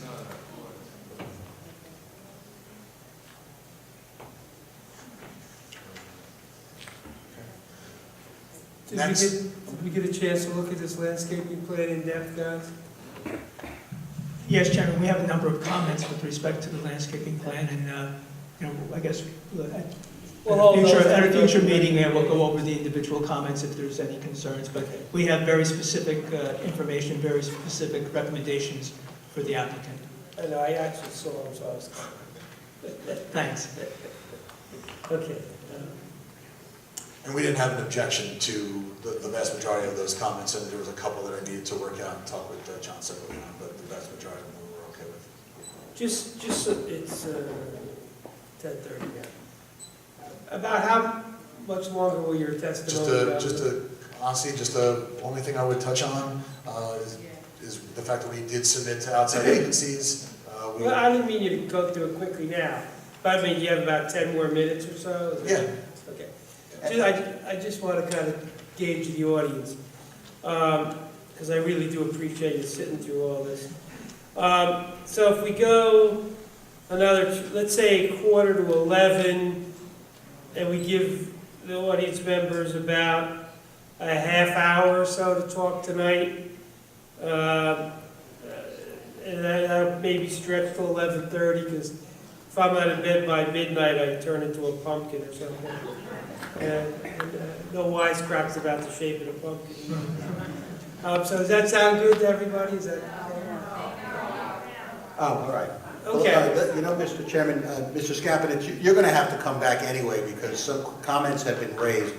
One of the things I would like you to certainly explore between now and the next hearing is the comment from Mr. Watson about lining up that driveway.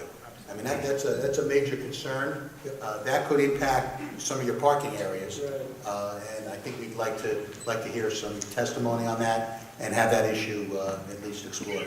If I could just add, there was one point he made about the drive-through and the concern of what that does and changing the circulation. When we change that circulation, we're also going to change the drive-through configuration of striping and directing them so they proceed in the right direction, heading northbound as they leave the lane. So that will be corrected as well. I'd also like to have a better handle on the lighting situation. Okay. Because that worries me a great deal. So why don't we, Mr. Himmelman, I guess if there's nothing you want to get on the record tonight. The only thing I would add, and you know better than most, that obviously there were extensive technical comments from your professionals. We've now gone through all those. I think Mr. Skapinitz has incorporated some of those issues in his testimony, but we're still going through that. And many of those comments, I think the majority of which we're going to agree to, but we need to really sit down with CME and your professional staff to go through them. And I think between now and the next meeting, have a chance to really communicate that. Mr. Sachs is correct. We'd like to look at the driveway, the alignments of the driveway, and also the lighting, the on-site circulation, the parking issues. Yeah. And CME did a very good job going through all that. It's just getting through all that tonight. We would be here till. Yeah, the only other thing that I would add about the interior circulation and is that, first of all, these are all rental units. So you're going to see a higher propensity of people moving in and out. So more moving vans are going to be moving through this than it would if it were condominiums that were purchased. So that concerns me a little bit. And also, we live in a world where, the other day I chuckled at myself. I ordered my Mitchum deodorant from Amazon. So, we live in an age where you get a lot more deliveries than we did, when I was growing up on Stratford Road in East Brunswick. You saw a delivery truck, we got excited. Now you see them 10 times a day. And the tightness of the overall layout of this, with the world we're living in, with the deliveries, with being rental units, having 2 commercial pads, is a real concern of mine. So I'd like to hear a little bit about that at our next meeting. We understand. Mr. Chairman. Yes. We lived through this real world experience at that CVS over on Cranberry and Riders Lane. We pass that every day. Our police department there is every day. I, too, have great concerns about the circulation here. They spend an enormous amount of time over there dealing with police reports. The circulation is poor. Right. And poor is saying it gently. Mildly, yes. Mildly. You go over there at lunchtime, you got, the Chinese restaurant, Sandy's, the Mediterranean, the 7-Eleven. There's a lot of things going on there. And I'm definitely concerned, especially in the afternoon commute time where people are coming home from work and everybody's in a rush nowadays. And then you're going to have people wanting to go to CVS to pick up their prescriptions. And basically a lot of these places are going to become that type because they are getting the Amazon deliveries. They're not going to be going to these types of stores.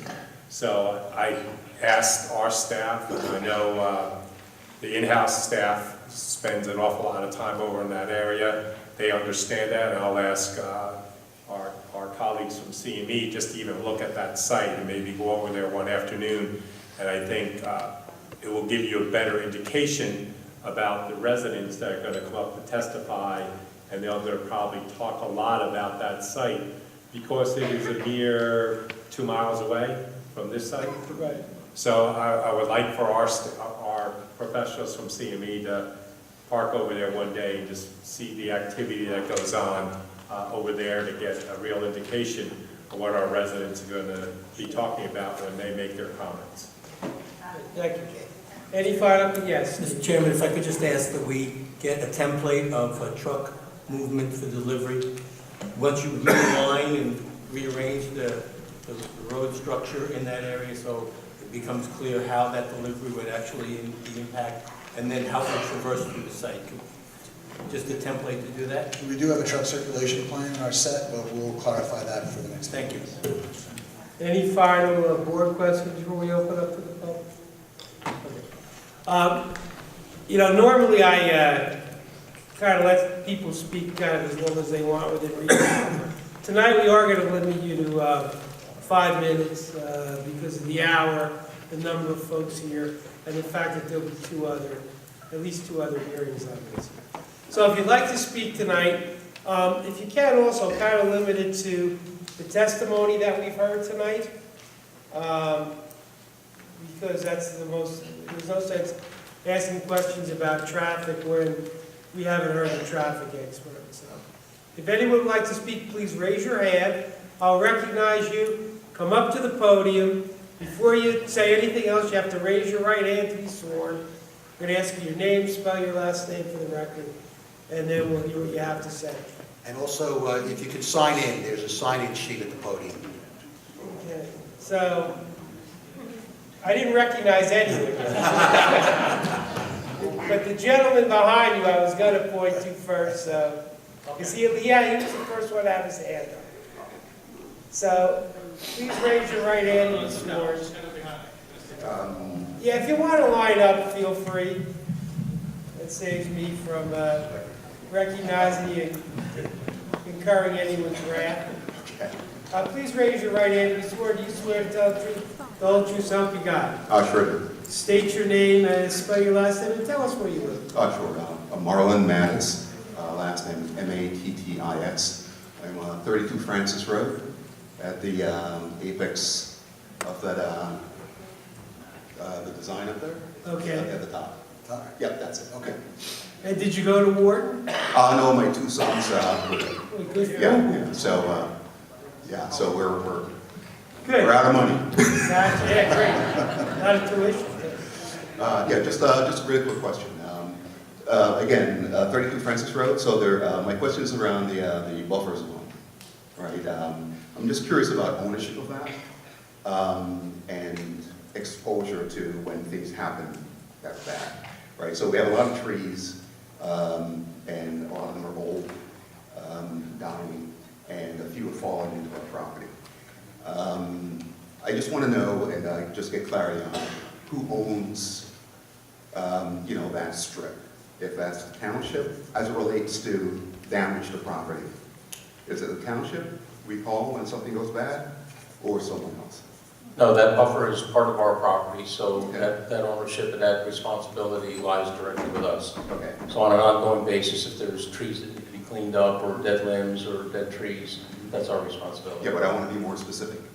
You're not there all the time, or your people are not there all the time. Well, we will be. We will have a management office there full-time. Sure, but you can't schedule emergencies, right? Not So- likely. So when a tree falls on, my property, damages the fence, falls in my pool, breaks something, what is the exposure and what do I do when that happens? Well, it's no different than it is currently. I mean, it was, or before we took ownership, so whoever owns the property is responsible as a responsible neighbor. So you'll reach us, we'll take care of it, and it's really up to us to, clean it up, cut the tree, pick it up, whatever has to happen. Like any good neighbor. Okay. Yeah, thank you very much. Thank you. Please raise your right hand if you're sworn. You swear to tell the truth, the whole truth, so help you God. That's right. State your name, spell your last name, and tell us where you live, please. Mark Ibrahim, last name Ebrahim. Ibrahim, Ebrahim. I live in Lansdowne. I own Brookton, Lansdowne, and I usually travel by that intersection every day, twice a day. Me and my wife. So I would like to know what's the current accident rate for that intersection, and what is the future accident rate going to be for that intersection? That's a question for our traffic consultant, who will testify at a next meeting, more than likely. Oh, I thought you were one of them. You're a professional engineer, right? He's the traffic consultant. All right. That's one of the questions. The second one, I think that you have a kind of, you confirm that it's 52 units with 2 parking spots, right? 58 of the units have the 2 parking spot situation. 58, all right? So 58, if you multiply it by 2, how many units you got? How many parking spots you got? 116. 116. So the remainder of the unit, if you multiply it by 1.7 for average as per code for each unit, how many units you're gonna need? I went through that earlier, which was you have 160, you have 101 left. But if we take all of the 60, of the 63 units that are 2-bedroom, and we apply that to those, if we take the 50, it would be 58, yes, you would end up having 116, you have 101 left, and then you got 62 left, multiplied by 1.75. That's right. Which you take one, how many in it? I didn't do that.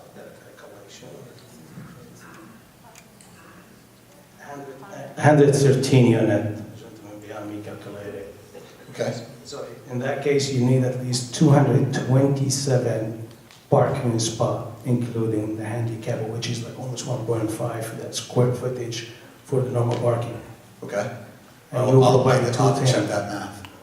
I don't know, I was supposed to know. He was a professional here, right? I'll have to check it versus the plan. I understand what you're saying. I'll double check it versus the number of spaces and how we're equating them to the number of units. So according to your plan, you're missing right now around 30 units or 20 parking spots. Okay. All right, okay. Sir, you've asked your question about parking. I think you have a long line, so you feel free to come back next. I'm trying to accelerate, I'm just pointing the mass wherever happening while we're talking about the issues right now. The second one, there's a lot of development in the city going on right now. Did you have any kind of analysis for traffic for the city entry point and exit point in the peak hours? That will be for our traffic consultant who did Mr. Abraham, the traffic analysis. These are questions that are well suited for the traffic engineer who's not testified yet. So I'm assuming that'll happen at a subsequent meeting. So why don't you hold off on those questions until that All right, I'll hold for it. Okay? Thank you. Thank you.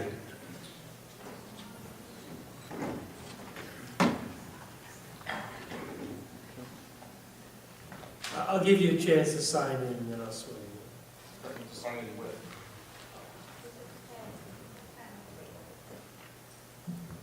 My name is Stuart Concius. I live on Francis, right opposite of Marlin, on the opposite corner on the left.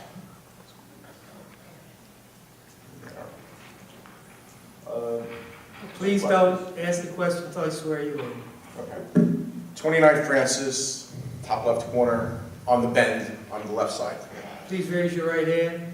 Do you swear to tell the truth, the whole truth, so help you God? Yes. Continue. All right. One comment is that nobody has the ability to have a party at their own house, not enough parking, that's one.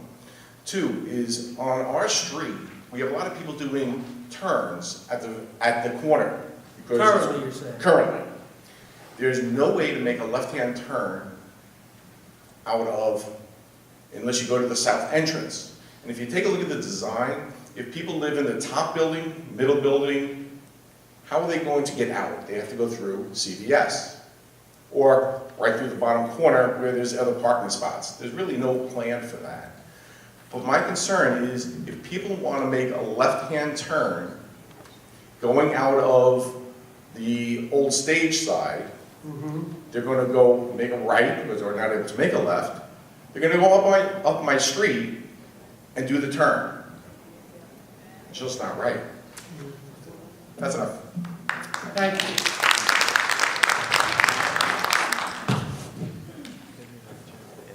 Good evening.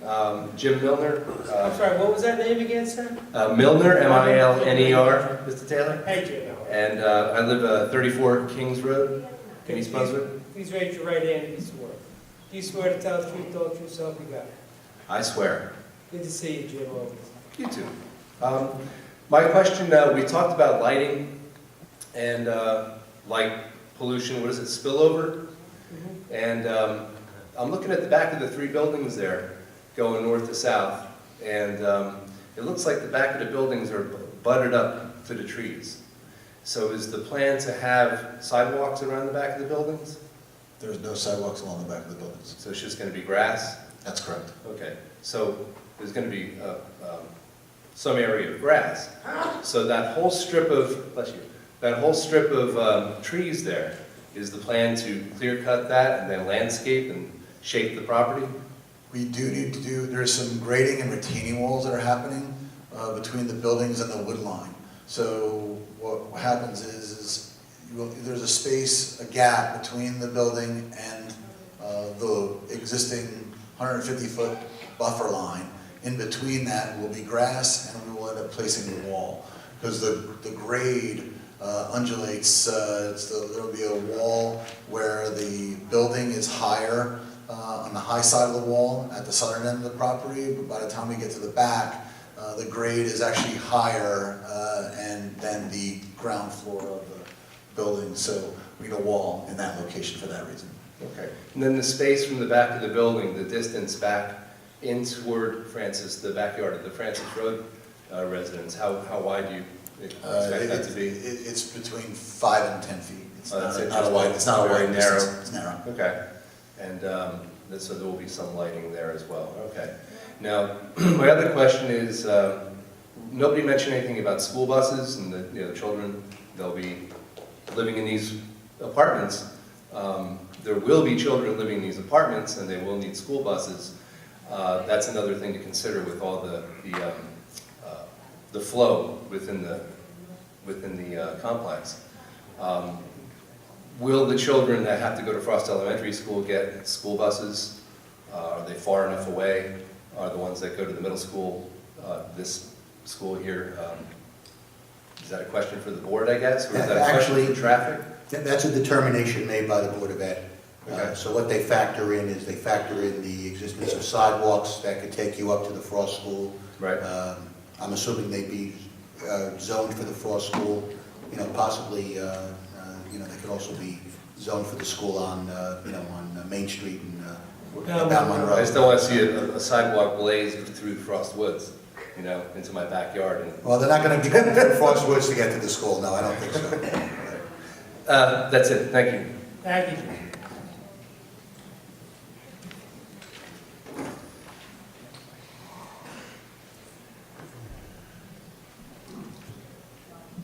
My name is Mary Ann Wakeworth, and I'm a Spotswood resident.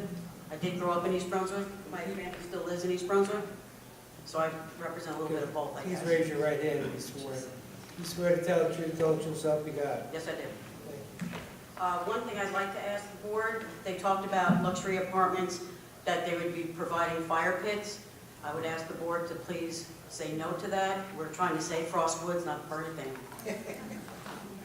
I'm talking about parking. This is New Jersey. We do have snow. When you are plowing the parking lot, where's that snow going? And how many spaces do you plan on losing with every storm? It would be done by a private snow, it would be hauled off. There's limited room, I agree, to be able to place it in areas where they could. They're going to be small.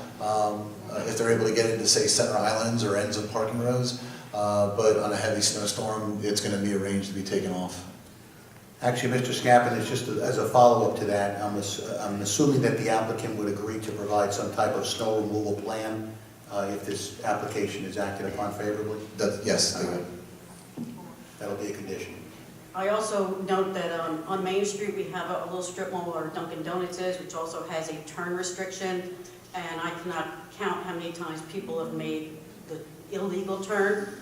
I would suggest that we make it so that they have to paint an arrow on the blacktop saying they can only turn in a certain direction, because people don't see a little sign that just says no turn, but if you put a big arrow on the ground, they might follow it, maybe. My question is also the amount of units. It's a 10-acre property, and you're allowed how many apartment units on that? 120. 120.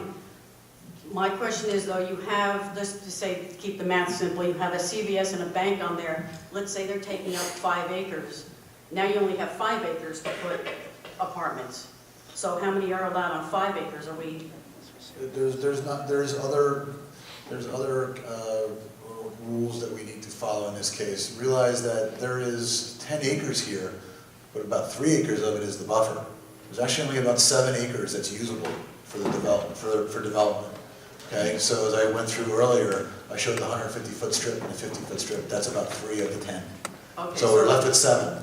Now we go to the rules which say I'm allowed a certain amount of building coverage, impervious coverage, and other requirements we need to follow in order that guide us in the development of this. And as I mentioned earlier, one of the keys would be the impervious coverage and how much building and pavement area we show in that 7 acres. And 65% is allowed. And we're at 51 in our proposal. Just, maybe I could tell, if the property's only allowed a certain level of density, they're not asking for a density variance, which means their plan fits the density for this zone. I'm sure their planner, they have a planner who will testify, and I'm sure will address that issue. Okay, there was only one other question, and I think I'm forgetting it.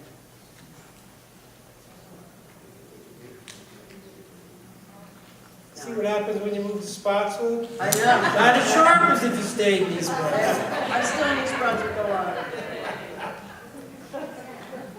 Yeah, that I can't think of it. I'll let somebody else speak. Okay, thank you very much. Hi. Hi. I'm too short. Thank you. My name is Pam Bransdorfer. Don't laugh at me, Larry. I'm Pam Bransdorfer. I live on Clearview Road. And I'm supposed to raise my hand. Sure. Do you swear to tell the truth, so help you God? I do. Welcome. Thank you. So I have a question or comment about the parking and the traffic. I know we're not talking about the traffic, but it is related to some of the things that you did mention earlier, and more a comment that I just want everybody to kind of keep in mind, since I don't know if I'll be here when the next meeting is and when traffic's discussed. So in terms of the 1.7 spots, that sort of reminds me of, the average family has 2.4 children, and I've never yet met the 0.4 child. So, and I'm sorry, I don't know the name of the gentleman sitting over on the far right who was talking about multiple people in an apartment, and I can vouch for kids coming back home, at least for a while, after college. And I realize that that's 1.7 is an average. Some people will have 1 car, and some people will have 3 cars, but I think the vast majority of them, I think we would all probably be in agreement, just guessing, is that there's probably going to be 2 cars per apartment. I mean, unless single people are living in an apartment, there are going to be 2 cars for each apartment. Absolutely. And I agree that it does not seem like there are enough spots. Also, again, I don't know the logistics, but you talked about all the garages having a spot behind them. So if the person who's in the garage needs to get out, does that mean the other person's got to come out, move their car, let the other car go out, and then the other car go in? Yes. So that's going to make additional not maybe all at the same time, but that's gonna make additional An movement of additional- cars, Additional movement on the site, absolutely. right? It will, and it happens in my house every day. Okay, that's fine, I'm not saying it's right or wrong, I'm just pointing out another potential fact. And is there anything regulating the number of cars any unit renter is allowed to have? Yes, that's part of the regulation of the parking here, that there are mechanisms that will be put in place here to understand whether it be through a lease. There's other ways through a parking permitting process, whether it be through assigned spaces. That will be enacted in order to ensure that the number of parking spaces here does not cause a problem when it comes to the number of residents or number of vehicles that are accompanied by So if those somebody residents. potentially wants to move in that has a kid living at home and they have 3 cars, someone has the ability to say to them, I'm sorry, we can't rent that unit to you because unless you only have 2 cars. Yeah, Pam, I could probably address that. I mean, certainly they could, and this would probably have to be a condition, that there would have to be some type of provision in the leases which would limit the number of vehicles that a tenant could have as part of their lease. Of course, that doesn't take into account the fact that there could be a visitor. Right, as no, well. I understand, but Right, so that's always a problem. And also, just to address Mr. Criscolo's question about storage, the garages being used as storage, that would also have to be a condition that would have to be put into these leases. Just one comment on the storage, and we didn't get to the architecture yet, but the buildings actually have storage units that are available to the tenants. So we'll get to that during the architecture, and we'll see that kind of, it's kind of a self-regulating issue that there is storage for the tenants, and we don't allow storage other than some minor storage in the garage. It's really for cars. It's kind of it's a regulated issue based on our management. So for us, this is a business, it's professionally managed. We have to make available parking for tenants, otherwise we lose tenants, and if we lose tenants, we lose revenue, so it's all related. But those would have to be conditions. Okay, and my last comment, which again is now more related to the traffic part of it, is, so I live on Clearview, and at rush hour, if I come up Frost and then want to make a right onto Summerhill, at that point already, anywhere between like 4 and 6, some days 3:30, the traffic's already backed up past Green Tree and pretty much almost to Frost. That's right now, without all of those many more hundreds of cars that we're going to add. And to say that you did a study and you're at a D, so we're going to stay at a D, you're basically saying to me, well, it sucks, and then it's going to still suck. To me, I would say it's a D. I live there now and I want to see it be a C or a B without even make this go away, and I still say, I think we'd all agree, a D sucks. So why do we want to go, it's okay, we're at a D, it's really terrible, and we're going to stay at some place that's really terrible. So I understand that the impact is not going to make it worse. The only place worse to go is an F. So it's not like you're at a B and it's not going to get worse. We're at a D and it's not going to get worse. I'm having a high school report card flash. Hold on a second, you can take a breath. Well, I hope you didn't get too many D's in high school. But that's my point in terms of traffic, not to say that, well, it's not going to get worse than it is. It's already really bad. And I can't imagine that it's not going to get worse. I don't know how it cannot get worse if you're adding, even if we stay at 1.7 for every one of those units, adding several hundred cars every day to a very small intersection of cars going in every direction. When the traffic expert gives her testimony. Right, and I'm going to ask Mr. Sachs to talk a little bit about it's the applicant's responsibilities. Yeah, so the applicant has done a traffic study, and obviously you'll hear the results of that study. One of the things they always analyze at intersections and driveways is level of service. There aren't too many level of service A's in New Jersey.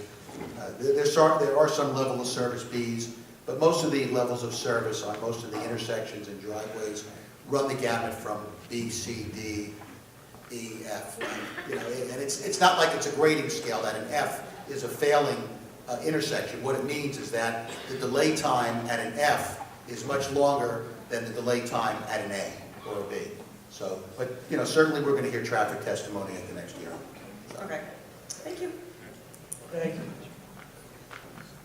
Hi. Hi. Jody Harkavy, Harkav as in Victory Y, 33 Stearns Road.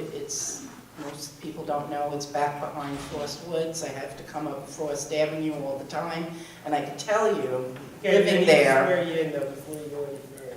Oh, sorry. Do you swear to tell the truth, the whole truth, so help you God? Yes, I do. You can't make a left. I mean, you can, but you have to sit there a very long time to make the left. And so most of the time I make the right. I go around the other way to make the left because I won't even try it. So I can't imagine.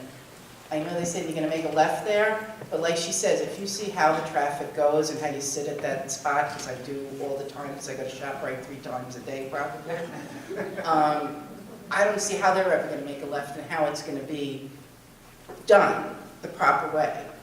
Number one, and also, like you say, with the spots, I lived in Society Hill for many years, and I can tell you, everyone had at least 2 spots. You couldn't even get in the visitor spot unless you went to the end of the block. I don't know how you're setting that up, if you're writing visitor or anything on it, but I could tell you, I go to someone there still and play Mahjong there, and in Bromley, there's a space where they have all the visitor spots because all the buildings, because those are multiple living buildings, you can't find a spot there. I mean, because there's multiple living people and the way the spots are set up. So it's almost impossible except for a few spots that are not the people. So I assume hopefully you're going to try to get young people, they're going to want to have friends, or even like I say on Mahjong friends, we have 4 or 5. You're not going to get 4 or 5 women to park there if they could barely park there themselves. Do you know what I'm saying? I mean, I just don't visualize this as a great situation. And like you say, you have your little clubhouse there. Are you setting up parking for people to come to complain to you, to, you know, that live there, that are going to not want to walk, that are going to want to park over there, to have a spot to sit and discuss things with management or anybody else that's going to come to complain to you. That's the other thing. I just have a lot of concerns about the way it looks. I just don't see how it's going to work, honestly. You know, you guys say you could fit it there, but I pass that spot all the time, and I'm looking at that and going, this is going to be a nightmare that I don't want to live, because honestly, I do go to ShopRite. Well, I'm down that way. I want to come to Spotswood and visit their stores. And if you live on our side, you're not going to want to go there if it's going to take you 20 minutes or more to get past that light. Let's be honest. Are you going to want to go into Spotswood? You know, you're going to say, okay, I'll stay on my side. So I feel bad for the people for Spotswood, because we're going to be double thinking, are we going to want to spend our time there waiting for all these people to turn and do whatever they have to as they're living there. So, and I can tell you, the quality of life for the people, I feel bad for them. Whoever's going to move there, unless they know the area, they're not going to know what nightmare they're walking into. So I just figured I would just let you know that. Thank you. My name is Brian Harkavy, Harkavy. I had a question about the... Raise your right hand and be sworn. Sorry. You swear to tell the truth, the whole truth, so help you God? Sure, yes. My questions are about the trees that are being cut down to fit into the buffer zone and make everything fit in. Basically, is there an environmental plan to ensure that nothing endangered is being cut down, no species endangered or losing habitats, stuff along those lines? We had an arborist go out and walk the tree line and help with along with our surveyor to make sure and identify all the trees that are on both sides of the buffer, several feet within it, as well as on the side of the buffer that we were definitely looking to remove the trees to see that we weren't impacting anything of a critical nature, size, type, and also looking at root systems, canopy sizes, just to make sure that our plan would work when it came to the trees and development of the plan.